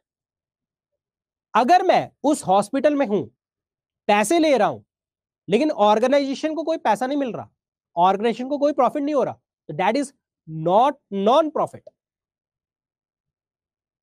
समझ में आया? This word is clear? ये पेपर पूछा जा सकता है, मतलब इसमें कोई लेना देना नहीं है, ये तो इंटरव्यू वाला पार्ट है।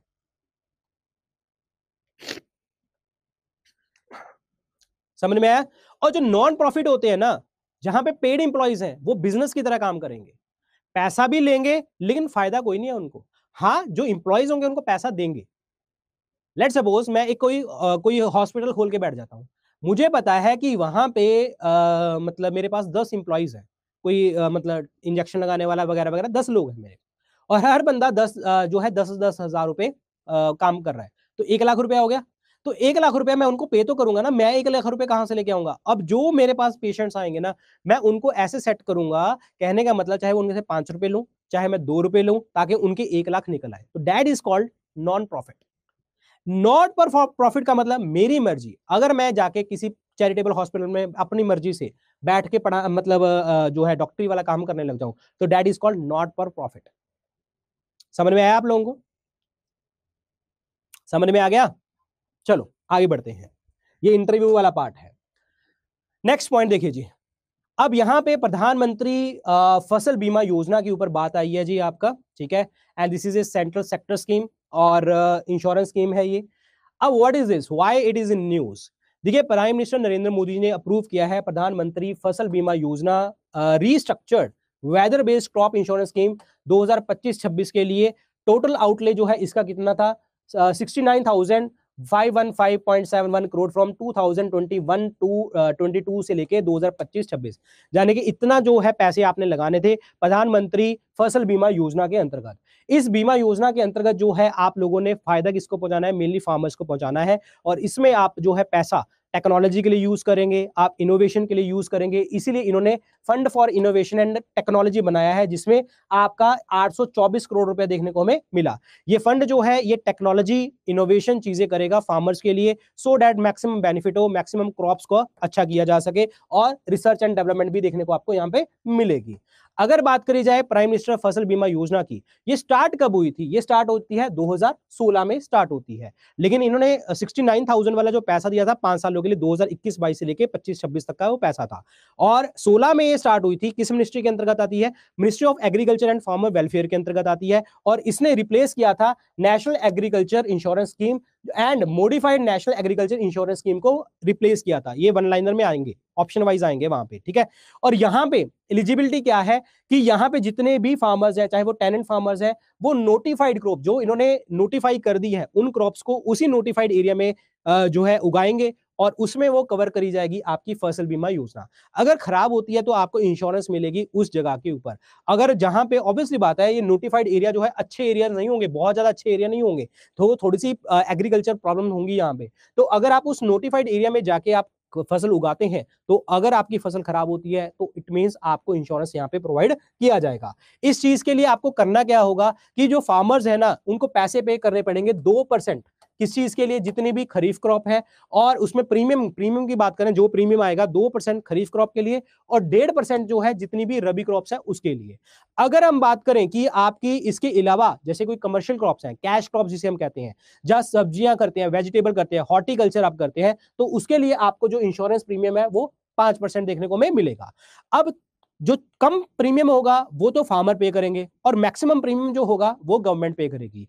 अगर लेट सपोज यहां पे कोई लिमिट नहीं है गवर्नमेंट सब्सिडी की, कि गवर्नमेंट जितना मर्जी भर सकती है। लेट सपोज कि हाँ, अगर मान के चलो कि उसका बैलेंस, लेट सपोज कि उसने 1,000 रुपए भरने थे, 1,000 रुपए में उसने 10 रुपए भरे, 1,000 रुपए में उसने 10 रुपए भरे, तो 990 रुपए जो है गवर्नमेंट भरेगी इस चीज के लिए। तो ये तभी उसने बोला, ये जो फसल बीमा योजना दिया जाता है, ये उसी नोटिफाइड एरिया में नोटिफाइड क्रॉप्स के लिए दिया जाता है, तभी जो है गवर्नमेंट इस चीज के लिए काम करती है, और तभी ये कह रही है कि इसमें कोई सब्सिडी लिमिट नहीं है, तभी गवर्नमेंट जो है फुल्ली सपोर्ट कर रही है इस चीज के लिए कि हाँ, हम आपको इंश्योरेंस प्रोवाइड करेंगे।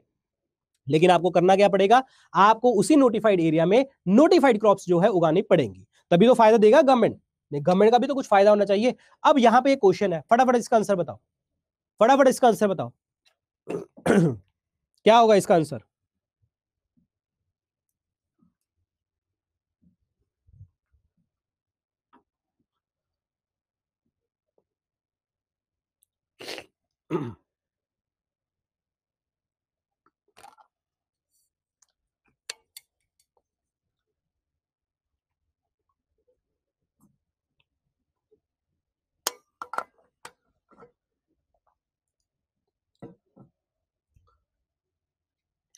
इसका आंसर बनेगा जी आपका 2 ओनली। Y 2 only? इसमें बोला गया है कि फार्मर्स जो है वो प्रीमियम पे करेंगे 2% एनी क्रॉप। हमने बोला था 2% खरीफ क्रॉप के लिए, 1.5% रबी क्रॉप के लिए, कमर्शियल और हॉर्टिकल्चर क्रॉप के लिए 5%। ये बात करी थी, तो पहला ऑप्शन गलत हो गया। और ये स्कीम जो है आपकी जितनी भी मैंने कहा था डिजास्टर हो जाए, कुछ भी हो जाए, और कुछ भी प्रॉब्लम हो जाए, तो आपको इंश्योरेंस प्रोवाइड करेगी, इसीलिए आपका आंसर क्या बनेगा? Second only. समझ आई बात? चलिए आगे बढ़ते हैं। India Australia trade agreement, this is important. India Australia trade agreement is very important. इसके अंदर जो है रिसेंटली इंडिया और ऑस्ट्रेलिया ने economic cooperation trade agreement complete किया है 2 सालों के लिए, और अपने रिलेशन को आगे भी लेके जा रहे हैं ये, ठीक है। और ये significantly advance the trade relation in 2 years, 2 सालों में इन्होंने बहुत बड़ा अच्छा जो है यहाँ पे ट्रेड किया है हमारे इंडिया और ऑस्ट्रेलिया ने। देखो ये एग्रीमेंट जो है साइन किया गया था 2022 में, जिसमें इन्होंने बोला था कि जो एग्रीमेंट के अंदर जितना भी हमारा ट्रेड है इन 2 सालों के अंदर हम डबल करेंगे। और इन्होंने 2020-21 में ट्रेड किया था 12.2 बिलियन यूएस डॉलर, और इन्होंने ऑलमोस्ट डबल से ऊपर किया है 26 billion US dollar in the year 2022-23, यानी कि ऑलमोस्ट डबल, जो इन्होंने इनका मेन इनिशिएटिव था, मेन गोल था। और इससे जो है दोनों देशों के बीच में इकोनॉमिक टाइज जो है वो स्ट्रांग रही है। और इसका रीजन क्या है कि इंडिया गवर्नमेंट ने अपनी स्ट्रेटेजी लगाई, अच्छी करी, जिससे फॉरेन पॉलिसी अच्छी हुई और प्रॉपर तरीके से 2035 के लिए ये सारी चीजें तैयार कर रहे हैं इंडिया और ऑस्ट्रेलिया के लिए, स्ट्रांग रिलेशन बनाने के लिए, बायलैटरल ट्रेड को बढ़ाने के लिए। अब यहाँ पे अगर देखा जाए इंडिया जो है वो ट्रेड पार्टनर में जो ऑस्ट्रेलिया जो है इंडिया का 6th लार्जेस्ट पार्टनर है। बायलैटरल ट्रेड जो है आपका 22.2 बिलियन डॉलर से 2021 से बड़ा 31 पॉइंट जो भी है, जितना भी है 41% जो है आपका इंक्रीज देखने को मिला। So this data is very important, this data is very important. ठीक है। मेजर एक्सपोर्ट जो है इंडिया से ऑस्ट्रेलिया जो जाता है वो पेट्रोल प्रोडक्ट जाएंगे, आपके फार्मास्यूटिकल्स, जिसमें आपकी वेटरनरी यानी कि पशुओं वाला जो सामान होगा, यानी कि मेडिसिन होगी, वो भी जा रही हैं। आपके मोती, pearl, gem, jewellery, manufacture, textile, ये सब कुछ जाता है। लेकिन कुछ चीजें ऐसी हैं जो ऑस्ट्रेलिया से इंडिया में भी आती हैं, जैसे कि आपके कोल हो गया, कॉन्फिडेंशियल ट्रेड गुड्स हो गया, कॉपर ऑर्स हो गया, concentrated natural gas, ferrous and non ferrous waste, scrap and educational services, यानी कि ऑस्ट्रेलिया जो है ये सारी चीजें प्रोवाइड करता है इंडिया को। पॉइंट समझ में आया? ये इंपोर्ट है हमारा ऑस्ट्रेलिया से। अब आगे की फ्यूचर प्लानिंग क्या है? इंडो पैसिफिक रीजन विजन को इन्होंने स्ट्रॉन्ग करना है। जैसे अभी हमने बात करी थी सुइज कैनाल 10 किलोमीटर आगे बढ़ाई है इजिप्ट ने, तो उससे फायदा क्या होने वाला है? तो ऐसे ही अगर इंडिया और ऑस्ट्रेलिया अगर ट्रेड डबल कर रही है, ऑलमोस्ट डबल कर रही है, 41% इंक्रीज कर रही है 2-3 सालों के अंतर्गत, तो इसका मतलब क्या है कि ट्रेड बहुत ज्यादा अच्छा हो सकता है। तो फ्यूचर प्लानिंग इनकी यही है कि इंडो पैसिफिक विजन को स्ट्रेंथन करना है। इंडिया और ऑस्ट्रेलिया जो है कमिटमेंट कर रहेगा resilient, inclusive and open Indo Pacific region को, जिसके अंतर्गत जो है ये दोनों नेशन जो है एक्टिव मेंबर बने हैं क्वाड के। अब what is this quad? Quadrilateral security dialogue, जिसके अंदर 4 कंट्रीज आती हैं, India, Australia, Japan and US. इसमें आपको एक्टिव मेंबर है, ट्रेड बढ़ाएंगे। आप इंडो पैसिफिक इकोनॉमिक फ्रेमवर्क के मेंबर हैं, ट्रेड बढ़ाएंगे। सप्लाई चेन रेजिलियंस इनिशिएटिव के मेंबर हैं, जो जापान के साथ स्टार्ट किया था, तो आप ट्रेड बढ़ाएंगे। आप जो है हिस्सा है सीईसीए का, कॉम्प्रिहेंसिव इकोनॉमिक कोऑपरेशन एग्रीमेंट का, जिसमें आप बहुत बड़ी जो इकोनॉमिक इंटीग्रेशन है वो करने वाले हैं। और जितनी भी दोनों कंट्रीज हैं ये पहुंचेगी 100 बिलियन यूएस डॉलर तक 2030 तक। तो मतलब इन्होंने जो ऑलरेडी 30 ये अपना अप्रोक्सीमेटली 40 के आसपास चल रहा है, 30 के आसपास चल रहा है, 30 बिलियन यूएस डॉलर के आसपास चल रहा है, तो ट्रेड आप 100 बिलियन की तरफ आप सोच रहे हैं 2030 तक। तो इसका मतलब क्या है? What is the meaning? इसका मतलब यही हुआ कि आपको रिलेशन स्ट्रांग करने हैं। इंडिया ऑस्ट्रेलिया, अगर आपको इंटरनेशनल रिलेशन में क्वेश्चन आता है तो आप उसमें बताएंगे कि हमने एग्रीमेंट साइन किया 2 साल के लिए, ये चीजें हम इंपोर्ट करते हैं, ये चीजें हम एक्सपोर्ट करते हैं। उसके बाद हमारा जो परसेंटेज इंक्रीज है वो 41% हुआ 2-3 सालों में। और हमारा अब गोल क्या है? 100 बिलियन यूएस डॉलर 2030 तक करना।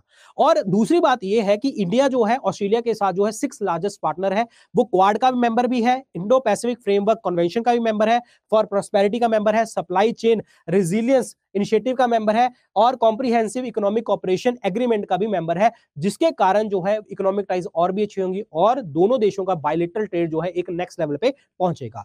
तो ये इस चीज के ऊपर जो है वो बात कर रहा है यहाँ पे। पॉइंट समझ में आया?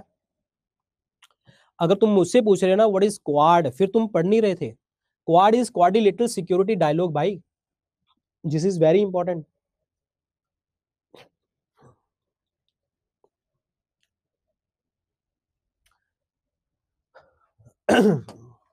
नेक्स्ट, जीएसटी कलेक्शन दिसंबर में, ये फुल्ली डेटा है, ये फुल्ली डेटा है, बट मैंने कुछ क्वेश्चन डाला है इसमें।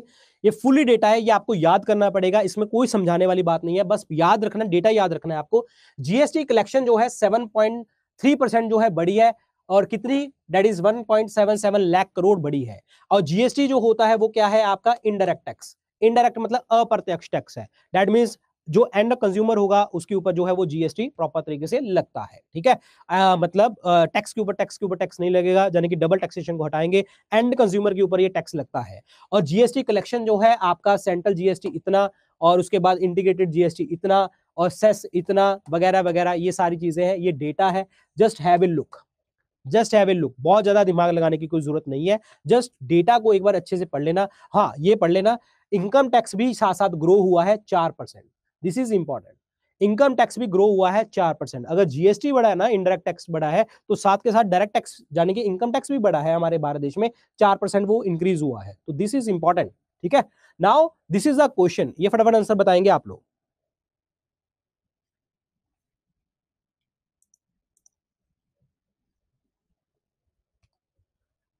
मैं आ गया हूं भाई, अब टेंशन लेने की कोई जरूरत नहीं है आपको, मैं आ गया हूं ना इस बैच में, खींचेंगे काम को।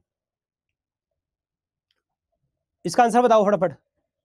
जितना पैसा है यूनियन गवर्नमेंट का, जितना पैसा आता है गवर्नमेंट बिजनेस का, ये सारा पैसा कहां पे जमा होता है जाके? Yes, consolidated fund of India, Bharat की संचित निधि में होता है। आर्टिकल 266 वन में देखने को आपको मिलता है। ठीक है, तो option number C is the right answer, option number C, सारा पैसा यहां आता है। जो बच्चे कॉन्टीजेंसी बोल रहे ना भाई, ये इमरजेंसी के लिए होता है, जो राष्ट्रपति के पास होता है इमरजेंसी के लिए। अच्छा एक चीज और बताओ, who is the chairperson of GST council? Who is the chairperson of GST council? Who is the chairperson of GST council? Yes, finance minister, finance minister, yes finance minister, right right right. आओ जी आगे। India का textile export जो है 7% बढ़ा है आपका 21.35 billion dollar से, और ये पीरियड है आपका फाइनेंशियल ईयर 2025 का। अब यहाँ पे न्यूज है कि ये बढ़ा क्यों? देखो जी, यहाँ पे न्यूज में क्यों था, क्योंकि 6th लार्जेस्ट एक्सपोर्टर हैं हम टेक्सटाइल के, एप्पल के, जो अभी हम कपड़े वगैरह बनाते हैं, और हमारा जो मार्केट शेयर है, कंट्री का शेयर है, वो 3.9% बढ़ा है टेक्सटाइल और कपड़े की मार्केट में। ठीक है, और 6th लार्जेस्ट है, तो सबसे नंबर 1 पे आता है यूएस, नंबर 1, बांग्लादेश नंबर 2, और थर्ड नंबर पे आपका यूके एंड यूएई, दोनों 6% है, यानी कि 3-4, और पांचवा आ गया जी आपका जर्मनी, और छठा आ जाता है इंडिया। तो ये आपका एक्सपोर्ट है जी, कपड़े का एक्सपोर्ट है यहाँ पे। अब यहाँ पे जो चाइना है वो सबसे बड़ा एक्सपोर्टर है वर्ल्ड के अंतर्गत, उसके बाद यूरोपियन यूनियन, और उसके बाद जो है आपका बांग्लादेश देखने को में मिलता है। ठीक है, ये डेटा याद रखना। Remains the largest exporter of the textile. अब यहाँ पे डेटा ये है कि जो कपड़े हैं भाई आपके बड़े कब है, 21.358 बिलियन डॉलर, हैंडीक्राफ्ट कपड़े अप्रैल अक्टूबर के फाइनेंशियल ईयर में टोटल इंपोर्ट जो रहा था वो यूएसडी 5.425 बिलियन डॉलर देखने को हमें मिला है यहाँ पे। ठीक है, टोटल एक्सपोर्ट जो है टेक्सटाइल का, ये अप्रैल अक्टूबर के महीने में ये 21.358 बिलियन यूएस डॉलर रहा। एक्सपोर्ट जितनी भी कम्युनिटी के हैं वो 7% जो है इंक्रीज किया अप्रैल से लेके अक्टूबर तक, और जितने भी मेजर कम्युनिटी हैं यहाँ पे पॉजिटिव ग्रोथ देखने को मिली, except wool and handloom sector. Wool and handloom sector जो है वो डिक्लाइन हुआ 19%, 19% ऊन वाला, ठीक है, और 6% जो है हैंडलूम वाला आपका ये डिक्रीज होता है ग्रोथ। ठीक है, अब बात करते हैं इंडिया में। इंडिया में अगर देखा जाए, इंडिया जो है कॉटन और जूट का सबसे बड़ा प्रोड्यूसर है यहाँ पे। कॉटन के लिए हमारा रेवोल्यूशन कौन सा हुआ था, कौन सा हुआ था बताओ? कॉटन के लिए रेवोल्यूशन सिल्वर फाइबर, और जूट के लिए, जूट के लिए गोल्डन फाइबर। और जूट हमारे इंडिया में सबसे ज्यादा काम मिलता है वेस्ट बंगाल में। ठीक है, हम यहाँ पे बहुत बड़े प्रोड्यूसर हैं जी। ठीक है, हम बहुत बड़े प्रोड्यूसर हैं कॉटन और जूट के, और इंडिया जो है सेकंड लार्जेस्ट प्रोड्यूसर है सिल्क का वर्ल्ड में। 95% जो है वर्ल्ड का टेक्सटाइल एक्सपोर्ट जो है वो इंडिया से जाता है, और इंडिया में सबसे ज्यादा जो है आपका हब कौन सा है, तमिलनाडु, जहां पे आपका 25% कंट्री का कॉटन यार्न और फैब्रिक एक्सपोर्ट किया जाता है यहाँ पे। और टोटल एक्सपोर्ट जो है वो हम मान रहे हैं 2026 तक पहुंच जाएगा, 65 बिलियन डॉलर पहुंच जाएगा, और टेक्सटाइल सेक्टर जो है वो ग्रो करेगा 9.74 बिलियन टू आपका 4417.09 बिलियन डॉलर इन बजट 2024। तो ये डेटा इज इंपॉर्टेंट। ठीक है, आपको आंसर राइटिंग में काम आएगा ये डेटा। ठीक है, और पता होना चाहिए तुम्हें, ये मतलब लिखने पड़ेंगे आंसर राइटिंग में वहां पे। तो this was the economy news. ठीक है, now the next thing is the science and technology.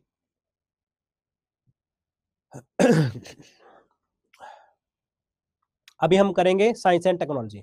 बेटा ये जो रिपोर्ट्स आती होती है ना, हमें उसके अकॉर्डिंग ही डेटा पता लगता है, हम अलग से कोई डेटा नहीं तैयार कर सकते, ठीक है। हाँ, now this is the science and technology part. थोड़ा सा रह गया, ज्यादा नहीं है हमारा।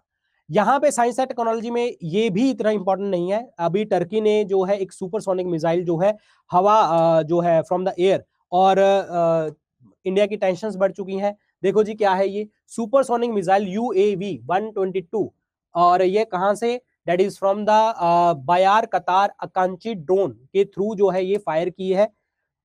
और ये लॉन्ग इंड्योरेंस अनमैन्ड, यानी कि कोई व्यक्ति यूज नहीं होगा, कॉम्बैट एयर व्हीकल है ये। इसको डेवलप किया है टर्किश ड्रोन मैन्युफैक्चरर बाइकर ने इसको डिजाइन किया है, और ये फाइटर जेट्स को सपोर्ट करेगा। ये कैपेबल है air to ground and air to air attacks को। और इसमें ड्रोन जो है इसकी लेंथ जो है 12.2 मीटर है, हाइट जो है 4.1 मीटर है, और इसका जो विंग स्पैन है वो 20 मीटर है, और इसकी पेलोड कैपेसिटी जो है 1500 किलोग्राम है। इसकी फ्लाइट रेंज जो है 25 घंटे की है, और रेंज जो है आपकी 7500 किलोमीटर देखने को हमें मिल रही है। ड्यूल सैटेलाइट कम्युनिकेशन सिस्टम है, एयर टू एयर रेडार भी है यहाँ पे, और इलेक्ट्रॉनिक सपोर्ट सिस्टम है, और कोलिजन अवॉइडेंस रेडार है, जो कहीं पे कोलाइड होने वाला होगा तो इनको पता लग जाएगा, और सिंथेटिक अपर्चर रेडार है। इसका मतलब ये है कि यहाँ पे पूरा का पूरा कंट्रोल सिस्टम है, और आपका जो है एक्सीडेंट होने ना होना जो है वो मतलब एक्सीडेंट होने से बचाया जाएगा। तो this is the main point, ठीक है। तो यहां पे अब क्वेश्चन ये है कि टर्की इज इंपॉर्टेंट। तो टर्की जो है वो सराउंडिंग है, देखो टर्की के अराउंड आपको पता होना चाहिए। टर्की के देखो जॉर्जिया है यहाँ पे, और इधर आपका ईरान, इराक, सीरिया, मेडिटेरेनियन सी, ये सारी सराउंडिंग है। देखो ये surrounded on the 3 side by the black Sea, Mediterranean Sea and Aegean Sea. This is important, ये टर्की जो सराउंडेड है, और बॉर्डर करती है आपका Bulgaria, Greece to the west, यहाँ पे देखो साइप्रस है इधर, और Armenia, Azerbaijan and Iran to the east, Georgia to the north east, and Syria to the south, and Iraq to the south east. ये देखो सारी कंट्रीज है यहाँ पे, ठीक है। तो these are the countries, surrounding countries. Now next point is, अभी जो पाकिस्तान एटॉमिक एनर्जी कमीशन है वहां पे लाइसेंस लिया है। देखो बेटा अगर आप लोग कहते हो ना जल्दी करवाइए, तो अगर आप कहते हो मैं यहीं पे क्लास खत्म कर देता हूँ, ठीक है, अगर तुम चाहते हो। और देखो बात पता क्या होती है, एक मैं पढ़ा रहा हूँ आपको पूरे एक हफ्ते के करंट अफेयर, और आप चाहते हो कि हाँ सर अभी एकदम से खत्म हो जाए क्लासेस। नो डाउट ये वाली क्लास थोड़ी सी लंबी हो गई है, ठीक है, और क्योंकि हम फोकस कर रहे हैं प्रीलिम्स और मेंस दोनों के ऊपर फोकस कर रहे हैं। और ऐसा नहीं है ना सिर्फ तुम्हें सिर्फ ये बताना है ये वाला ये था, ये वाला ये था, ये वाला ये था, ये वाला ये था, ठीक है। और मैं 10 मिनट में, मैं इस क्लास को 1 घंटे में खत्म कर सकता था, ठीक है। तो प्लीज इस तरीके से मत कीजिए। अगर आपने कहीं आपकी और क्लास है आप चले जाइए, कोई दिक्कत नहीं है। ये अप्रोक्सीमेटली जहां तक मुझे लगता है कि 15-20 मिनट की क्लास और रहेगी है, और उसमें वो क्लास कवर हो जाएगी। आप इसका बाद में देख लेना, क्योंकि बात सीन क्या होता है कि जहां पे कई बार चीजें इतनी एक्सप्लेनेशन वाली हो जाती है जहां पे एक्सप्लेनेशन देनी पड़ती है, तो प्लीज सुन लीजिए, ठीक है। आओ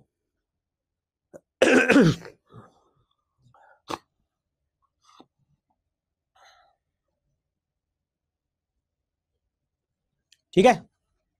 हाँ, अब पाकिस्तान ने एटॉमिक एनर्जी कमीशन जो है लाइसेंस करवाया, मतलब इनका भाई एक नया जो है मतलब C5 जो advance third generation pressurised water reactor है, और ये चाइनीज हुआलोंग डिजाइन का एक्टिव हो चुका है। और देखो जी क्या है ये, देखो इन्होंने नया पावर प्लांट यूनिट जो है सेटअप किया है, जिसे हम क्या कहते हैं, चश्मा न्यूक्लियर पावर प्लांट यूनिट 5।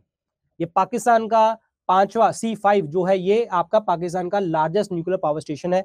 चाशमा जो है इसे हम C5 के नाम से जानते हैं, जो कि सबसे बड़ा लार्जेस्ट पावर प्लांट होगा इसका पाकिस्तान के अंतर्गत, और ये third generation advance pressurised water reactor है। अब what is the meaning of pressurised water reactor? हम एक बात करते हैं नॉर्मल हम बात करते हैं न्यूक्लियर रिएक्टर की, और एक बात करते हैं प्रेशराइज्ड न्यूक्लियर रिएक्टर की। What is the difference? Difference कुछ भी नहीं है, यहां पे भी अनकंट्रोल्ड डिवीजन चलती है आपकी, अनकंट्रोल्ड, भाई आपको कंट्रोल करना पड़ेगा न्यूक्लियर रिएक्टर में, तभी तो हम उसको क्या कहते हैं, अन को काट के कंट्रोल जो है वो चेन रिएक्शन को कंट्रोल कर लेते हैं। न्यूक्लियर यूरेनियम 235 को जब आप तोड़ते हो तो उसके उसके एक न्यूट्रॉन निकलता है, वो न्यूट्रॉन आगे की आगे चेन रिएक्शन बनाते हैं, तो न्यूक्लियर रिएक्टर में हम वो चीजें कंट्रोल कर लेते हैं। यहाँ पे भी वही सेम चीजें हैं, लेकिन डिफरेंस क्या है, जैसे नॉर्मल न्यूक्लियर रिएक्टर होता है ना, तो यहाँ पे जो कूलेंट होता है, कूलेंट वो आपका वाटर होता है, ठीक है, और जो मॉडरेटर होता है वो पानी भी यूज कर सकते हो और आप ग्रेफाइट भी यूज कर लेते हो। लेकिन जो प्रेशराइज वाला सिस्टम होता है ना, यहां पे आपका कूलेंट भी वो पानी होगा और मॉडरेटर भी पानी होगा।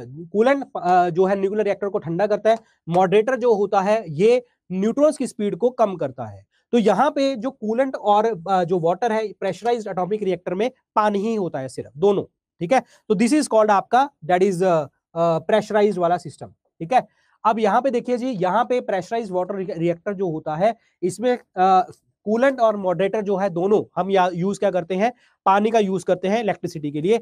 और ये लोकेटेड है कहां पे, मियां वाली पंजाब पाकिस्तान में, और इसकी कैपेसिटी होगी 1200 मेगावाट की, ओके। और ये प्लांट डिजाइन जो है चाइनीज कंपनी हुआलोंग ने किया है, और इसका कॉस्ट जो है US $3.7 बिलियन है। और प्लांट की सर्विस जो होगी वो आपकी 60 सालों तक के लिए सेट करी गई है। यहां पे आपका साइंस एंड टेक वाला पार्ट आता है। महाराष्ट्र ने पहला made in India surgical robot जो है आपका जारी किया है, ये पता होना चाहिए। अब मुझे एक चीज बताओ, अब आपको क्वेश्चन लिखो, एक शायद मैंने इसमें नहीं लिखा, एक क्वेश्चन लिखो अपनी कॉपी पे, role of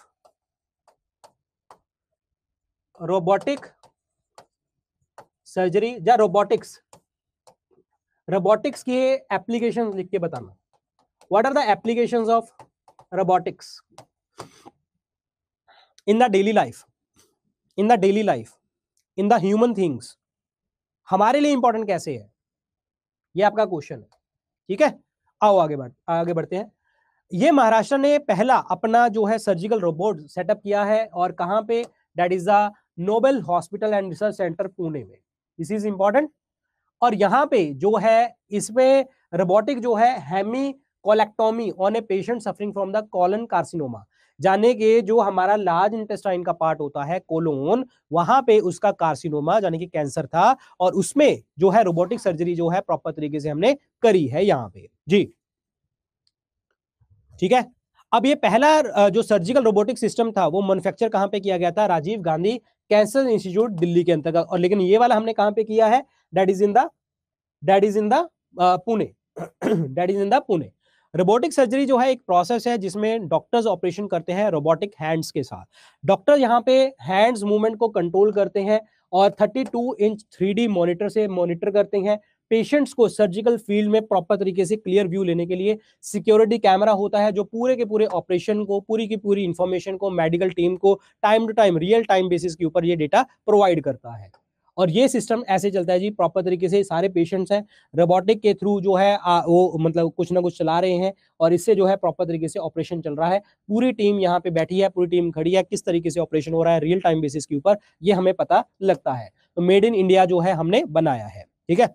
next the next topic is the summits and the conferences. क्या है ये समिट्स एंड कॉन्फ्रेंसेस, देखिए इंडिया जो है होस्ट करने वाला है पहला world audio visual entertainment summit for the first time, prime minister Modi ने बोला है।